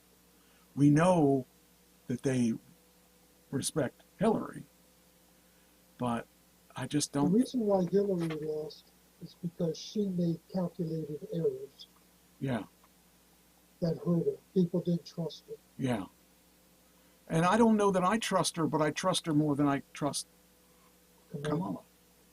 You know, and I mean, I don't trust anybody in politics, because you have to have a certain degree of dishonesty to be in politics anyway. So it scares me what this, because like I said before, it's who's going to do the least amount of damage. And as the polls are starting to read, as long as she doesn't say anything, She's going to win. and it's going to be too late to take it back.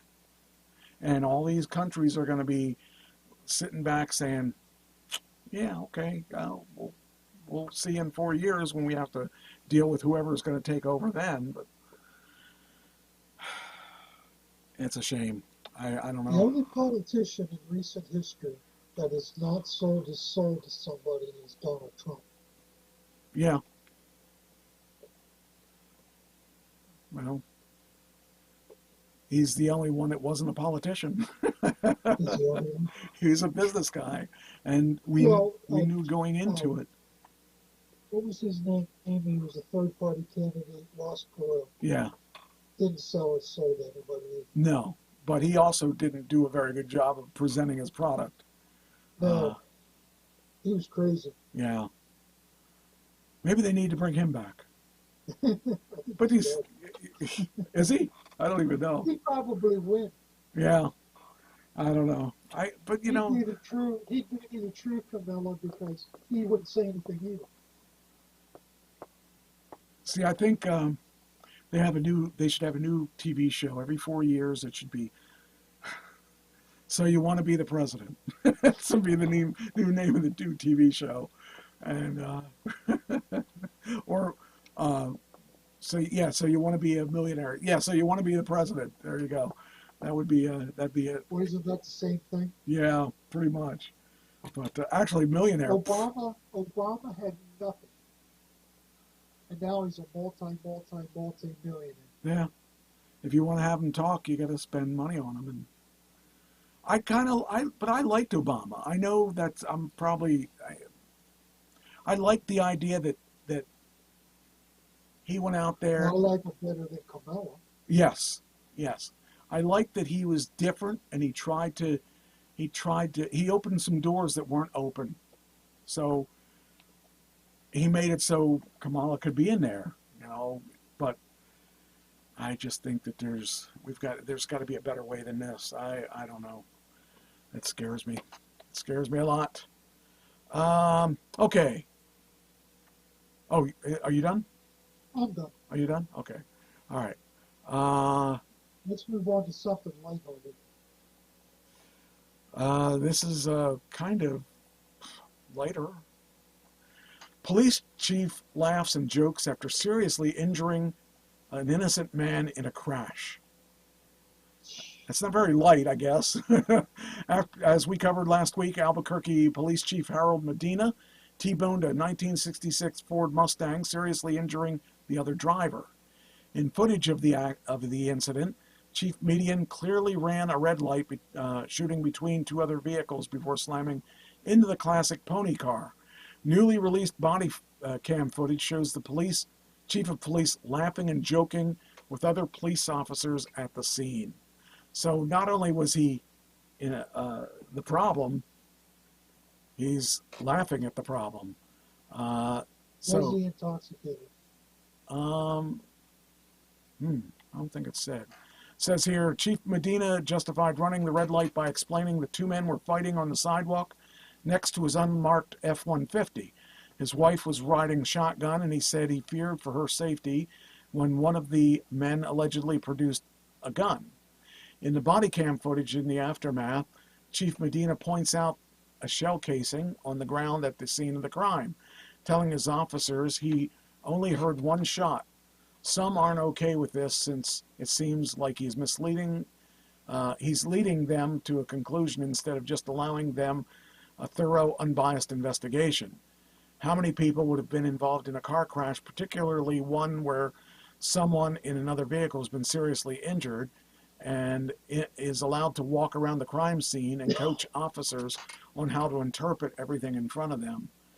When there's concerns over how Albuquerque Police Department is handling the crash investigation, this body cam footage isn't helping dispel those rumors. So, hopefully I am radical. I do believe that we need to get radical. Radical Kamala raised money for a fund that bailed out. Police video shows that crash APD Chief Harold Medina caused on Central last month was far different than the situations a lot of APD officers respond to, and some of those officers knew it. News 13's Madison Connor has the video showing what the chief did and how officers reacted on scene. Chief was here parked on the north side of Central on Alvarado. This is video from officers responding to the crash involving their boss, Albuquerque Police Chief Harold Medina, back in February. As he said, he was trying to avoid gunfire. Chief is at the line of fire, so he gets out of there. The chief says he and his wife were in an unmarked car next to where a fight broke out. After seeing a gun, Medina says he sped off to avoid being in the line of fire when he hit and seriously injured a man in his '66 Mustang. After the crash, a video shows the chief stuck around talking with officers. How you doing, sir? I was worried about my poor wife. Dude, she never comes to press conference on Saturday. Will you come with me and I'll take you to breakfast afterwards? She's so like, some breakfast. But As the investigation progressed, Medina continued recounting what happened, pointing out a single bullet casing near where he witnessed a fight. Yeah, that's all hard to see. Nobody ran over. Yeah, at least No. No, I only heard one shot. A unique situation, as Chief Medina, both a witness to a crime and a driver involved in a car crash, was allowed to freely roam the crime scene. They're gonna just have detectives interview me. Not only describing the situation to officers, but dictating how to handle it and pointing detectives in the direction of where he thought one of the two men in the fight may have gone. Yeah, because he went and he told me I'm not hit. And I thought he had gotten shot. There's no way he missed. It was like from me to you. One officer making it clear that this was an unusual situation. Sure. So, I know this is weird now, but so I had two officers at Central and Penn. For you, can we disregard that? We can disregard it for now. Madison Connor, KRQE News 13. The crash is still under investigation. Police video show. I mean, it's wrong that he should be able to do that because he's turning the investigation. He's involved. Yes. He should have sat on the sidelines and let the other policemen handle it. Yep. Yep. And that poor guy's car, man. The 66. Oh, man. Mustang, man. That probably, he spent a lot of money on that car, too. You know he did. And he's not going to give it out because everyone will know because the seller was involved in an accident. Yep. Yep. And T-bone, the frame is bent, so it may be. It could be seriously dead, for that matter. Which brings up a discussion a couple weeks ago. Mecum was out at the farm show building. They do car auctions. They do car auctions that are for classic cars and stuff. They were selling some, I don't know if I told you this or not, but they were selling some really, really expensive cars. They were like, I don't know, Dodge Challengers or Chargers from the 70s were going for like $200,000. Jeez, I'm like thinking, wow, that's just crazy money. I mean, but people pay it. But yeah, I like those kind of auctions because you never know what you might see. Let's see here. So, all right. So Again, makes the police look bad. yes, I think he did everything wrong in that particular case. Here's the interesting thing. Infamous San Francisco towing company raided by the FBI.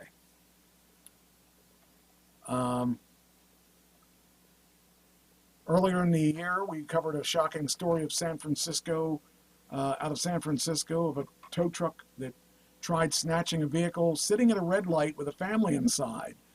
The bystander cell phone video documented an unbelievable incident, including the name of the tow truck, the tow company, prominently displayed on the side of the truck. Apparently, the company has quite a reputation and has been involved in questionable activities by the FBI that it raided its office last week. The local station ABC7 documented the raid as it went down, with agents searching the premises, questioning people, and walking out with bags of evidence. Per the U.S. Department of Justice, two men who are owners and operators of the business were in court last week for a hearing about criminal charges of mail fraud, wire fraud, money laundering, and they've been accused of attempting to defraud car insurance provider through false claim for a crashed vehicle. Both face up to 20 years of federal prison and a fine of $250,000 or possibly more. We wonder if charges will be coming after the raid, considering bags of evidence were taken, and say prosecutors are probably looking to build quite a case against the company and those who operate it. My brother worked for a towing company. I couldn't do that. I could not. I mean, I watch these stupid shows of Canadian tow truck drivers that have to go out there in the middle of winter. Oh, it's horrible. I can't even imagine doing that kind of stuff. I mean, on a regular day, I wouldn't want to get that dirty. But then again, I'm me. I didn't want to be a. Tell you what, though, they've saved my rear end when my battery's been drained. And they come and My dad change my tire. my dad loved working on cars. I hated it, you know, and I didn't want to get my hands dirty with grease and stuff. You kidding me? These hands, I need them. So that's just, I don't know. My sister was more of a mechanic than me. And that's okay. That's why I got me an electric car, so I didn't have to fix anything. There you go. All right, what's next? I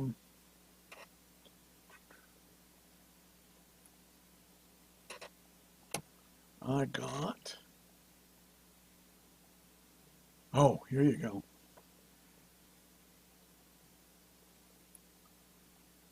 Bulgarian customs seize record haul of heroin. $38 billion worth of heroin.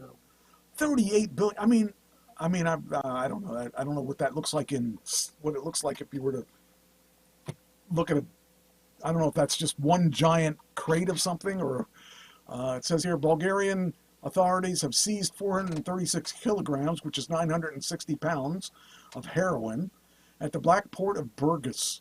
The district prosecutor's office said on Monday the heroin was stashed in 434 packages hidden inside the officially declared cargo of a trailer. These places, I mean, I've seen them hide in weird places, but I don't even think they hid them in that. I think they were just in the. How do you know they're coming? That's the question I want to know. How do you know that particular truck had that stuff in it?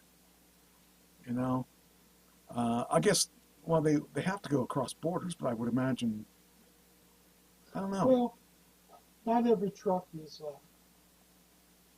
checked, and they randomly do it, so they're going to hit somewhere along the line. They're going to hit with them. Yeah, but 960 pounds of heroin. Jeez, that's a lot of heroin. Let's see. Next, we got. Here we go. Wait, let me delete that so I know I did that.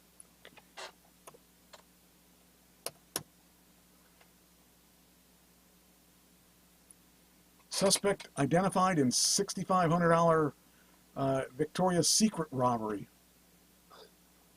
Now you're talking to my language. I wouldn't mind, having my girl wearing a lot of Victoria's Secret stuff. There you go. And that's only one piece if you're paying, regular price.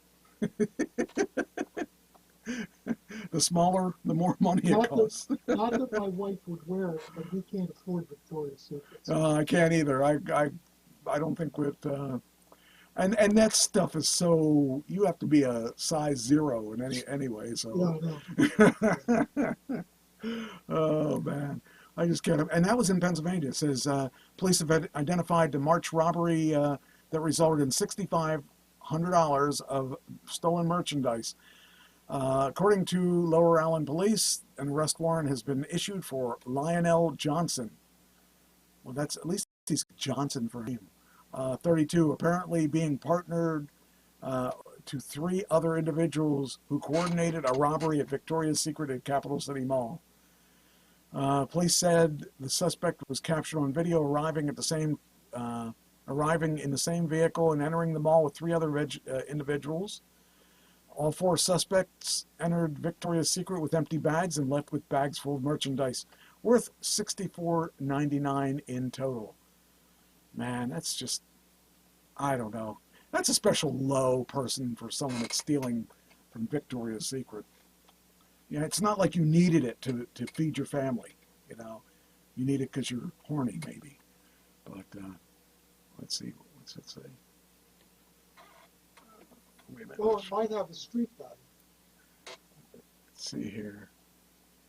Thank you. Better Call Saul. Right, like it's gonna happen. That's why God made sweatshirts.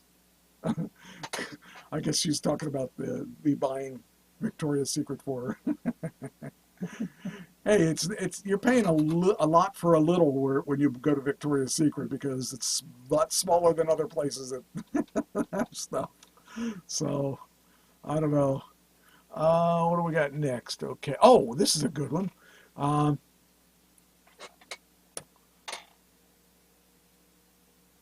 unique way of getting drugs. Marijuana and ecstasy found inside Buc-ee's. Stuffed animals. Did you ever go to a Buc-ee's? Don't know what a Buc-ee's is. It's a truck stop down south. It's a giant. I mean, this place is huge. This place, it's the size of like a small Kmart. So it's pretty big for a convenience store, but small in senses. It's not as big as a Walmart, but it's it's pretty big. Deputy found multiple drugs inside of a stuffed animal during a recent traffic stop for an infraction. According to the Fayette County Sheriff's Office, Deputy Cody Williams executed a traffic stop on Interstate 10. A driver, a 47-year-old man from San Antonio, gave permission to search his vehicle. During the search, the deputy smelled marijuana emitting from the car and discovered several Buc-ee's plush toys on the back seat. The logo for Buc-ee's, a popular chain of convenience stores, is a beaver with a red cap. And so there you got the toys. The drugs were stuffed inside the plush toys. When Deputy Williams inspected the plush toys, he found they were restitched with packages containing ecstasy and 2 pounds of marijuana. At that point, the driver claimed he was suffering from chest pain and was transported to a local hospital. Earlier this year, 6 people were arrested after feds accused them of putting fentanyl pills in the stuffed animals and mailing them to different addresses in Minnesota. Drugs were originally purchased in Phoenix. During the investigation, according to Minneapolis TV station Channel 9, authorities discovered 6 packages with 30,000 grams of pills. The accused were charged with conspiracy to distribute fentanyl. So it's not the first time that's been done. I guess people, I mean, I think they were doing it from Mexico a long time ago. I don't think that surprises me at all. But yeah, kind of surprised it's in one of the Buc-ee's though.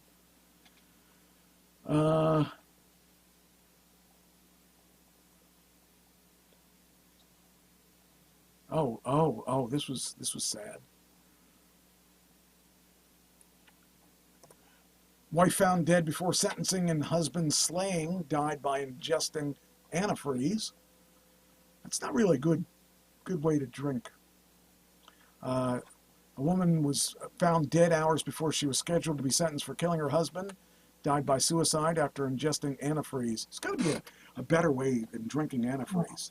That's got to be horrible. I can't even imagine trying to drink that. Ugh. I would probably rather shoot it in my veins, I think, because then you don't have to taste it. Oh man, she was 76. Linda Bagazi, 76, was found dead at her home. Troopers responded to the house after an individual reported they were at the residence but were unable to make contact with her. The cause of death is ethylene glycol toxicity, according to the chief medical examiner. She pleaded guilty to first-degree manslaughter in March of the 2017 death of her husband, 84-year-old Luigi, according to the Connecticut Division of Criminal Justice. At 84, she killed him at 84. Why? Well, let's see. That's 10 years difference in age. Yeah. My wife's 9 years younger than me. I better be careful. Yeah, but I wonder if she did it because he was sick, or if she did it to kill him because he was an idiot. Or I don't know. if he maybe made his daughters go to fat camp or something. Well, you know, well, maybe that's why she got manslaughter, because he wanted to die. Yeah, that's what I'm trying to see And if it not murder. says. Does it say that anywhere? She was to be sentenced to 13 years, and she was 74. Is that what they said? 76. So she would was have. 84. Yeah, she would have. I don't know. I just would love to know why she killed him. If there was something physical that he wanted to die because, whatever, because he was 84. I don't know. Oh, okay. Her husband was ruled homicide by blunt head injuries to the head. That tells you a lot. He didn't want to die. But he may have been abusive to her. It'd be nice to know if that was the case. Yeah. Well, we don't have to worry about it going on our bills. Now she can just be dead. This is really interesting. So, you were a hiker. Yes. Are you still a hiker? Back pain. I can't walk that far anymore. Would you if you could? Oh, yes. Would I you? take my dogs in the mountains all the time. Would you if you were 89? Yes. Really? Okay, well, I guess I'm standing corrected. Once a hiker, always a hiker. Unbelievably good ending. 89-year-old missing hiker recovered after almost 10 days. I'm telling you, you people are crazy to be hiking when you can be stuck and dead. But, an 89-year-old man who went missing while hiking in Idaho was found being in the wild for almost 10 days in what officials call an extraordinary outcome. Bing, that's probably part of the reason he survived, his name was Bing. Bing Olbum, 89, left the Hunter Creek Trailhead, part of the Salmon Chalice National Forest, on August 1st, and was not recovered until midnight Sunday, August 11th. A search and rescue operation for Olbum was launched after he failed to return to the exit point at McDonald Creek area. He hiked other areas, but this was the first time on this trail. So there he is. Our search and rescue units are activated and searching for possible trails. The sheriff's office said last Thursday on the Wednesday on a Facebook post, Olbum had 5 days of supplies with him. I just can't imagine. I'm a man of convenience. I want my air conditioning. I want my TV. I want my, refrigerator. After an extensive search that lasted a few days and included participation of local residents and community members, Olbum was located about 12:30 a.m. Sunday and returned home around 3 a.m. the same night. Bing's will survive Bing's will to survive has resulted in an unbelievably good ending to this incident. We hope that his recovery is swift and he will be enjoying time with his family and friends. I have a friend that's 71, 72, and he's still hiking the Appalachian Trail. He's going to complete the whole thing. Jeez. He does it in sections, but he's going to complete the whole thing. I don't get that. I don't know. Here's one that's also, it says 11-year-old tourist stabbed 8 times in London. 11-year-old. What would you stab an 11-year-old for? An 11-year-old girl. A Romanian man is accused of putting an 11-year-old in a headlock and stabbing her 8 times in London has been charged with attempted murder. No kidding. Jeez. Ian Pintoro, 32, committed the near-fatal stabbing on Monday when he approached the girl and her 34-year-old mother, who were both touring Leicester Square. Multiple UK outlets, including BBC, Sky News, and The Independent, reported. The girl, who was taken to the hospital following the stabbing, sustained injuries to her face, shoulder, neck, wrist. Prosecutors told the court, per the BBC, she remained in the hospital and will have to undergo plastic surgery due to her injuries. Why would a man decide to just stab a little girl? Well, in England, there was this guy, this immigrant, who went to a girls' school and stabbed 3 girls. Four girls. 3 died, 1 didn't. Jeez. And you know why they use knives in England? Because they're not allowed guns, are they? They're not allowed guns at all. Yeah. No guns at all. That's crazy. So if you want to kill, you're going to find some way to kill. Yeah, I guess so. I just can't understand why somebody would want to take somebody's life like that. Well, let's just. Oh wait a minute. Hold on here. Let me read the missed the chat room here stuff. Let's see what's going on here. Like that's going to happen. That's why. Okay. Tastes like chicken. Wahoo trees. Watch the markers. Well, I guess they're talking about his hike in the trees. Well, yeah, you got to watch the trees and watch the marks, you know. Yeah. What was that movie? There was a movie with the what was her name? It was based on a true story where she was a troubled person, and her counselor had her doing hiking to try to clear her head and stuff, and she ended up hiking the Appalachian Trail, and it was a true story. It was interesting. She hiked it by herself, and she ran across. Now, see, that I think is stupid.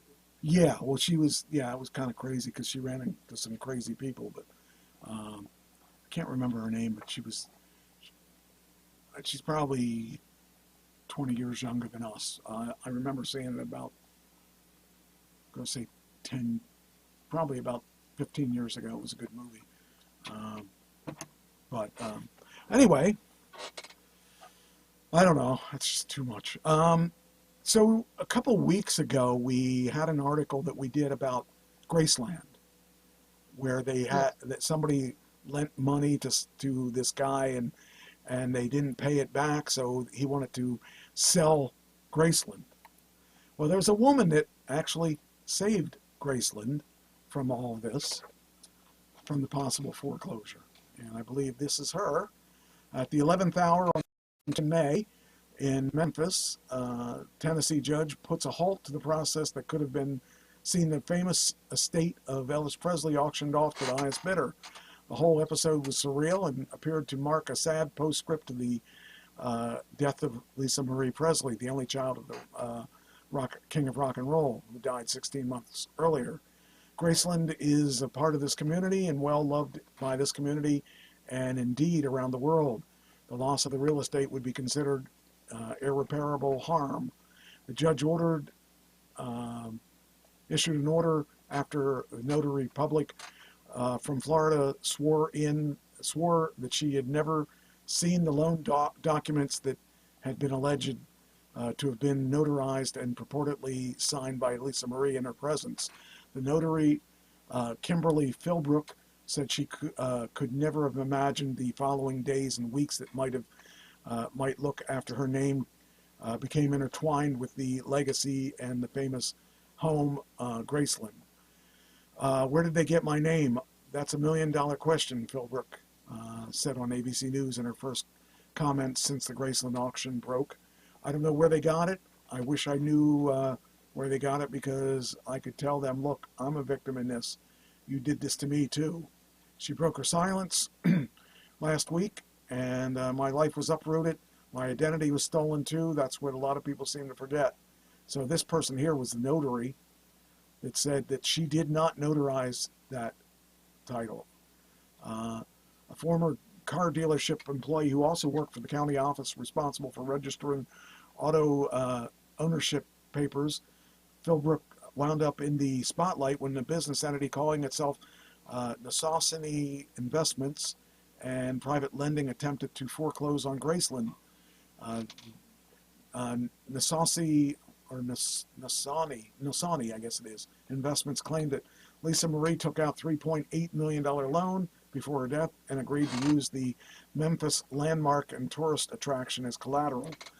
According to the documents submitted to the court, the investments claimed that Philbrook notarized a promissory note and deed of trust, giving the deal at least the appearance of legitimacy. I know for a fact I didn't notarize anything for her. I would have remembered it. I mean, yeah, I would remember if I did something to Elvis's property too. The notarization, according to the investment records in the court filing, took place in Jacksonville, Florida, 90 miles from where Philbrook works as a Daytona Beach drugstore manager. The only time I've actually been to Jacksonville, I think, is when I passed through, and I have no reason to go there. The files included what purported to be Philbrook's official notary stamp and signature. It looks absolutely nothing like my signature. They didn't even attempt to make it look good. Everything was fraudulent. Everything was fabricated. So she came to the rescue of the estate. So I wonder what the real story is. I wonder what, I mean, you know, if they thought that, it says, do you know Lisa Marie? Is what they asked me. Philbrook said the investigator who appeared at her workplace one evening. I thought it was funny. She quickly realized it wasn't a joke. And she signed an affidavit swearing that she never met Lisa Marie Presley. She did not notarize anything for her. And the legal team submitted a declaration to Shelby County Chancery Court as part of a motion for an injunction. That's just really insane. I would think that somebody should go after them for, yeah. Hi, Jen.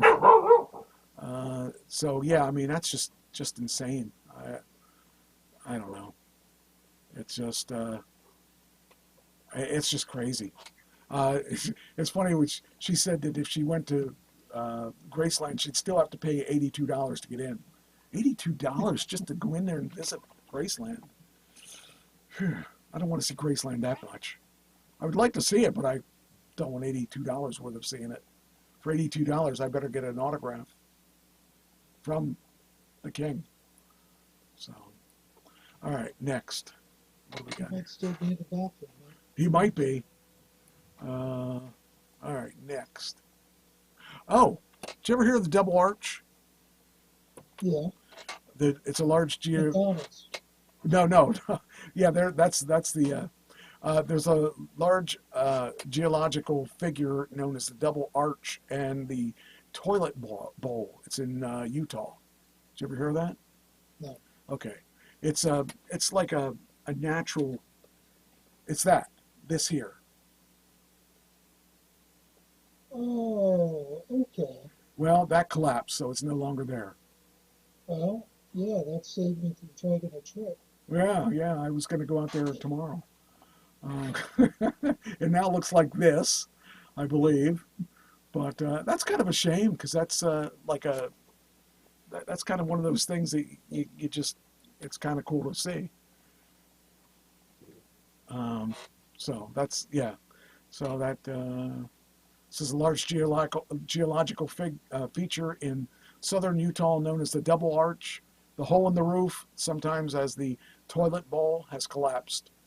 According to National Park Service officials, say no injuries were reported. So we know the king wasn't at that toilet bowl. No, So. he wasn't. Target.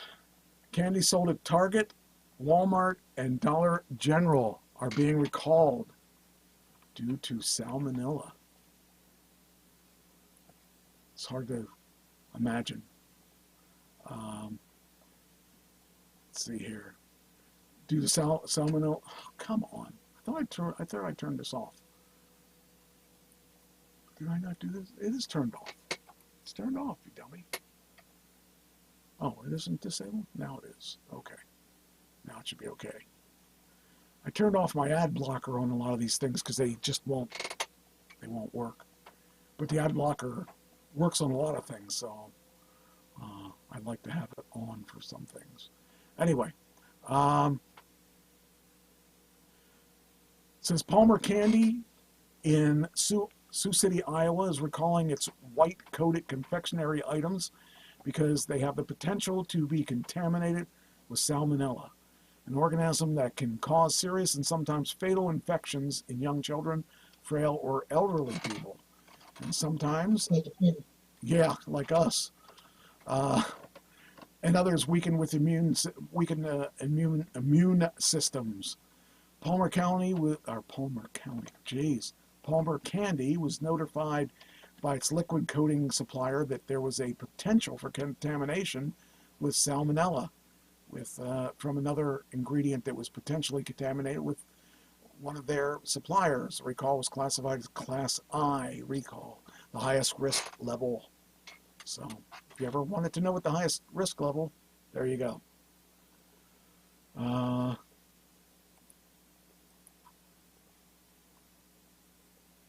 Oh, yeah, here you go. Jeez. So here's a scam that someone got caught on.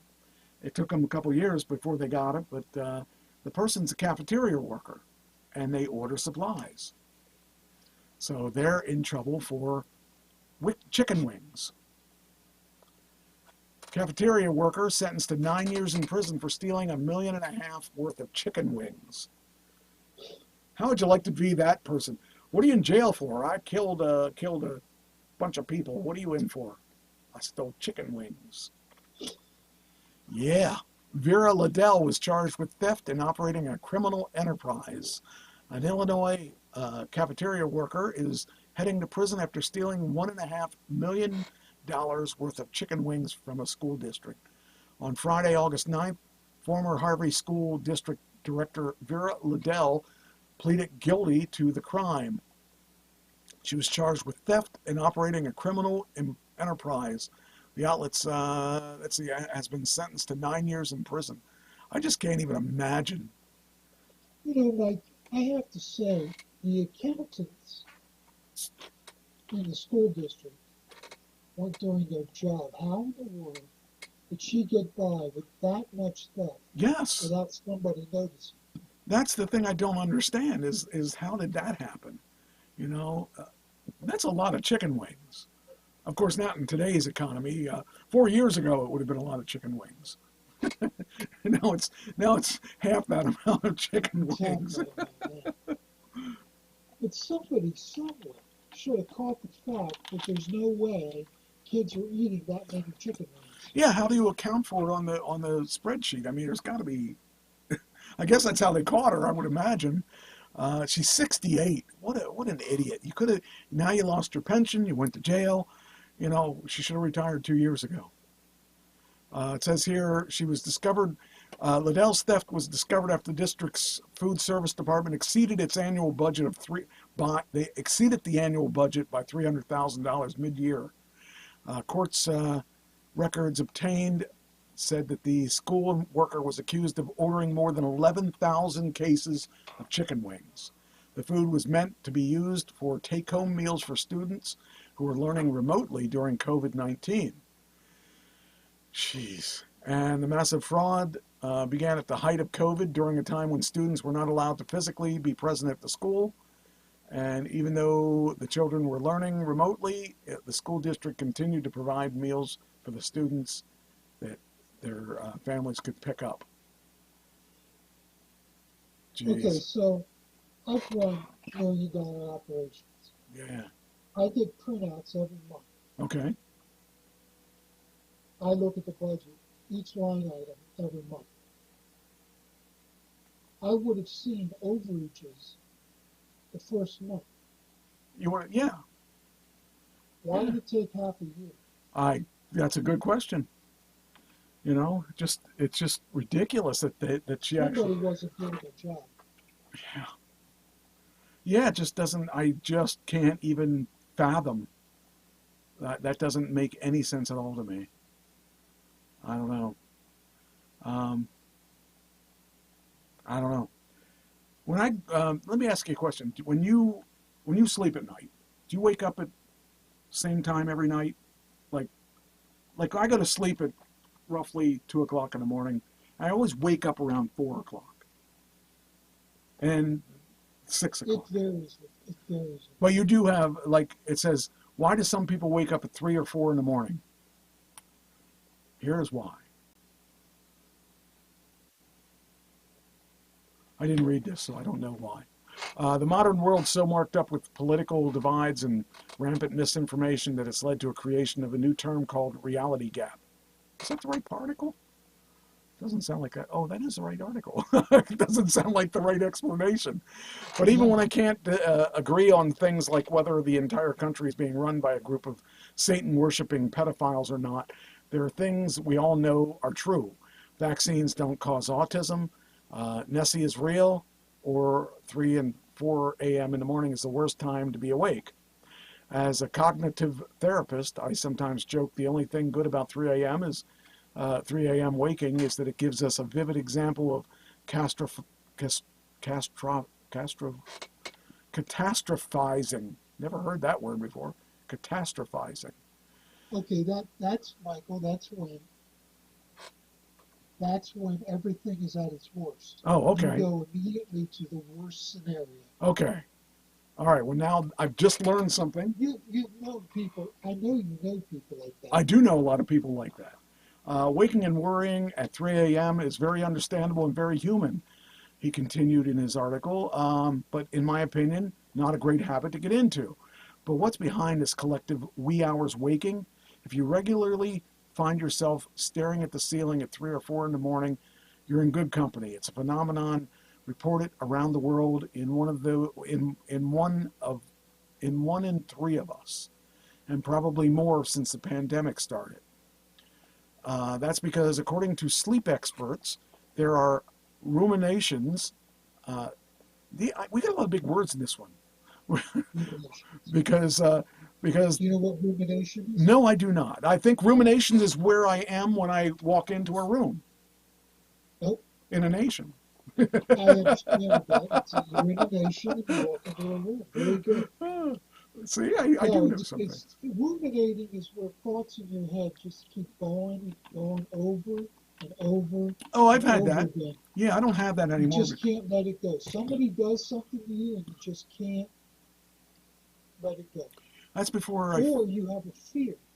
You have a fear and you just can't get it go. I suffer from ruminations. I fear that my dog, I'm going to come home and the place is going to be on fire. Oh, okay. And sometimes I can't. It's the same. I turn on the corner, and it's my thought. First thought. Okay. Is the place on fire? Wow. And it goes over and over in my head until I drive down the street to my house to see if it's not on fire. Wow. That's rumination. Okay. Well, for me, I would say that 8 years after Pam died, I would wake up. I wouldn't be able. I hadn't slept a regular night in a long time, and I would wake up with regrets, with anger, sadness, and all that because of her dying. So I would think that would be the closest I have been to that. But yeah, that would be the closest I could relate to that. But you make it sound like it's much deeper than that because. Well, I'll tell you what happened. I got this thought in my head that Patty was cheating on me. Oh. And I couldn't let it go. Oh. Day and night. Wow. That would yeah, I could see that. That would be, yeah. That's rumination. I had in my logical brain, I knew it wasn't happening.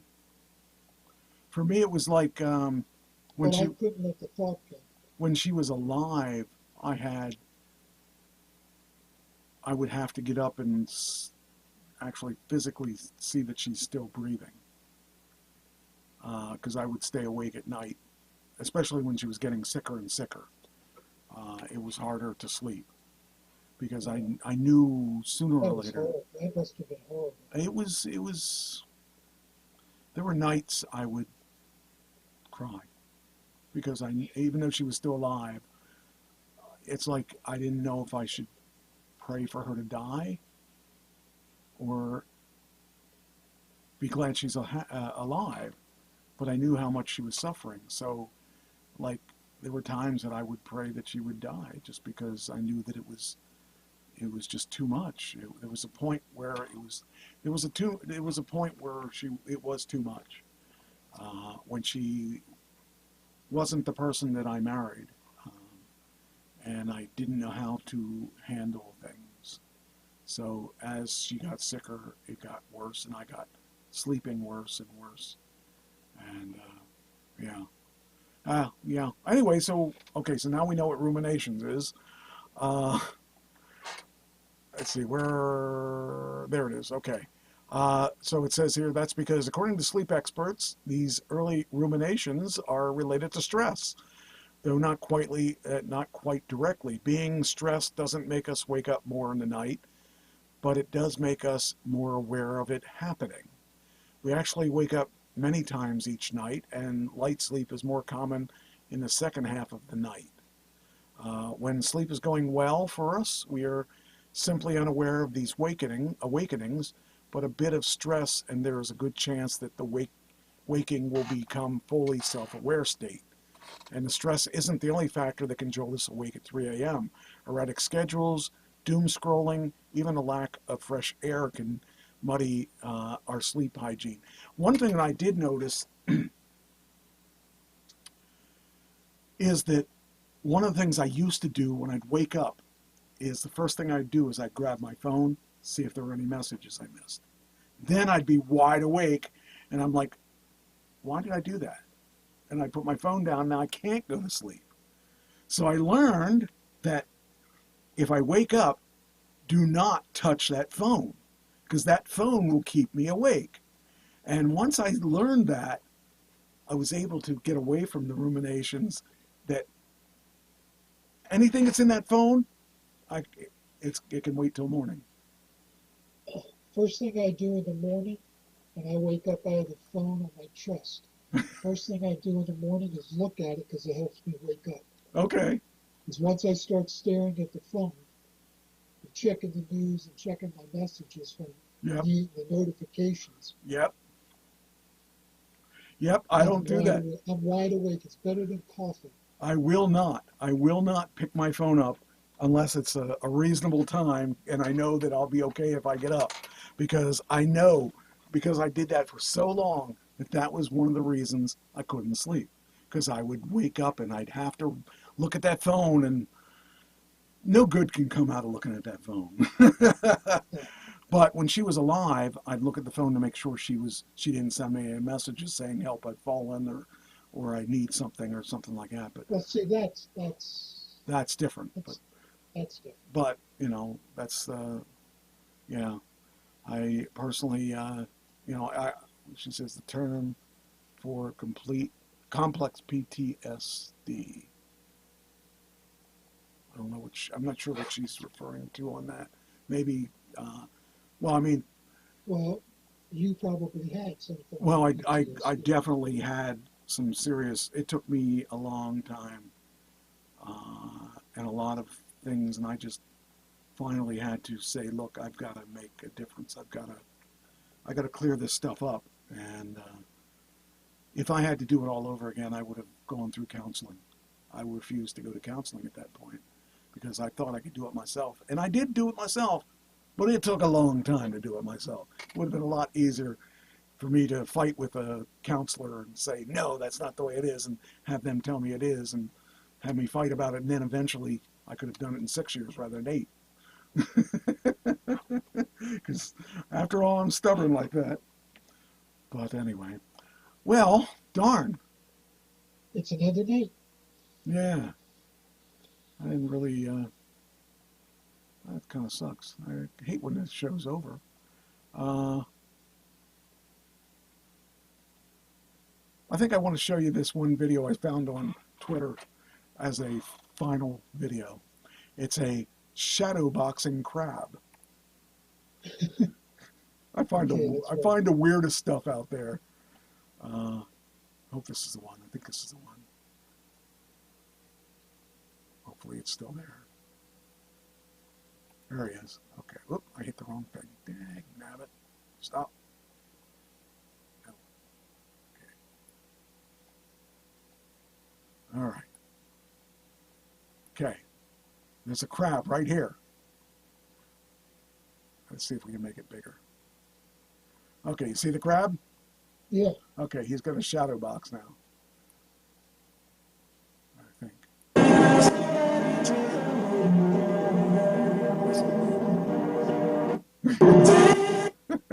It was funny because there's nothing there and he's reacting to the shadow. So, funniest things I find on Twitter. All right. Well, I guess that's it. All right. Hope your audience had a good time. I hope so too. I'll talk to you guys next week.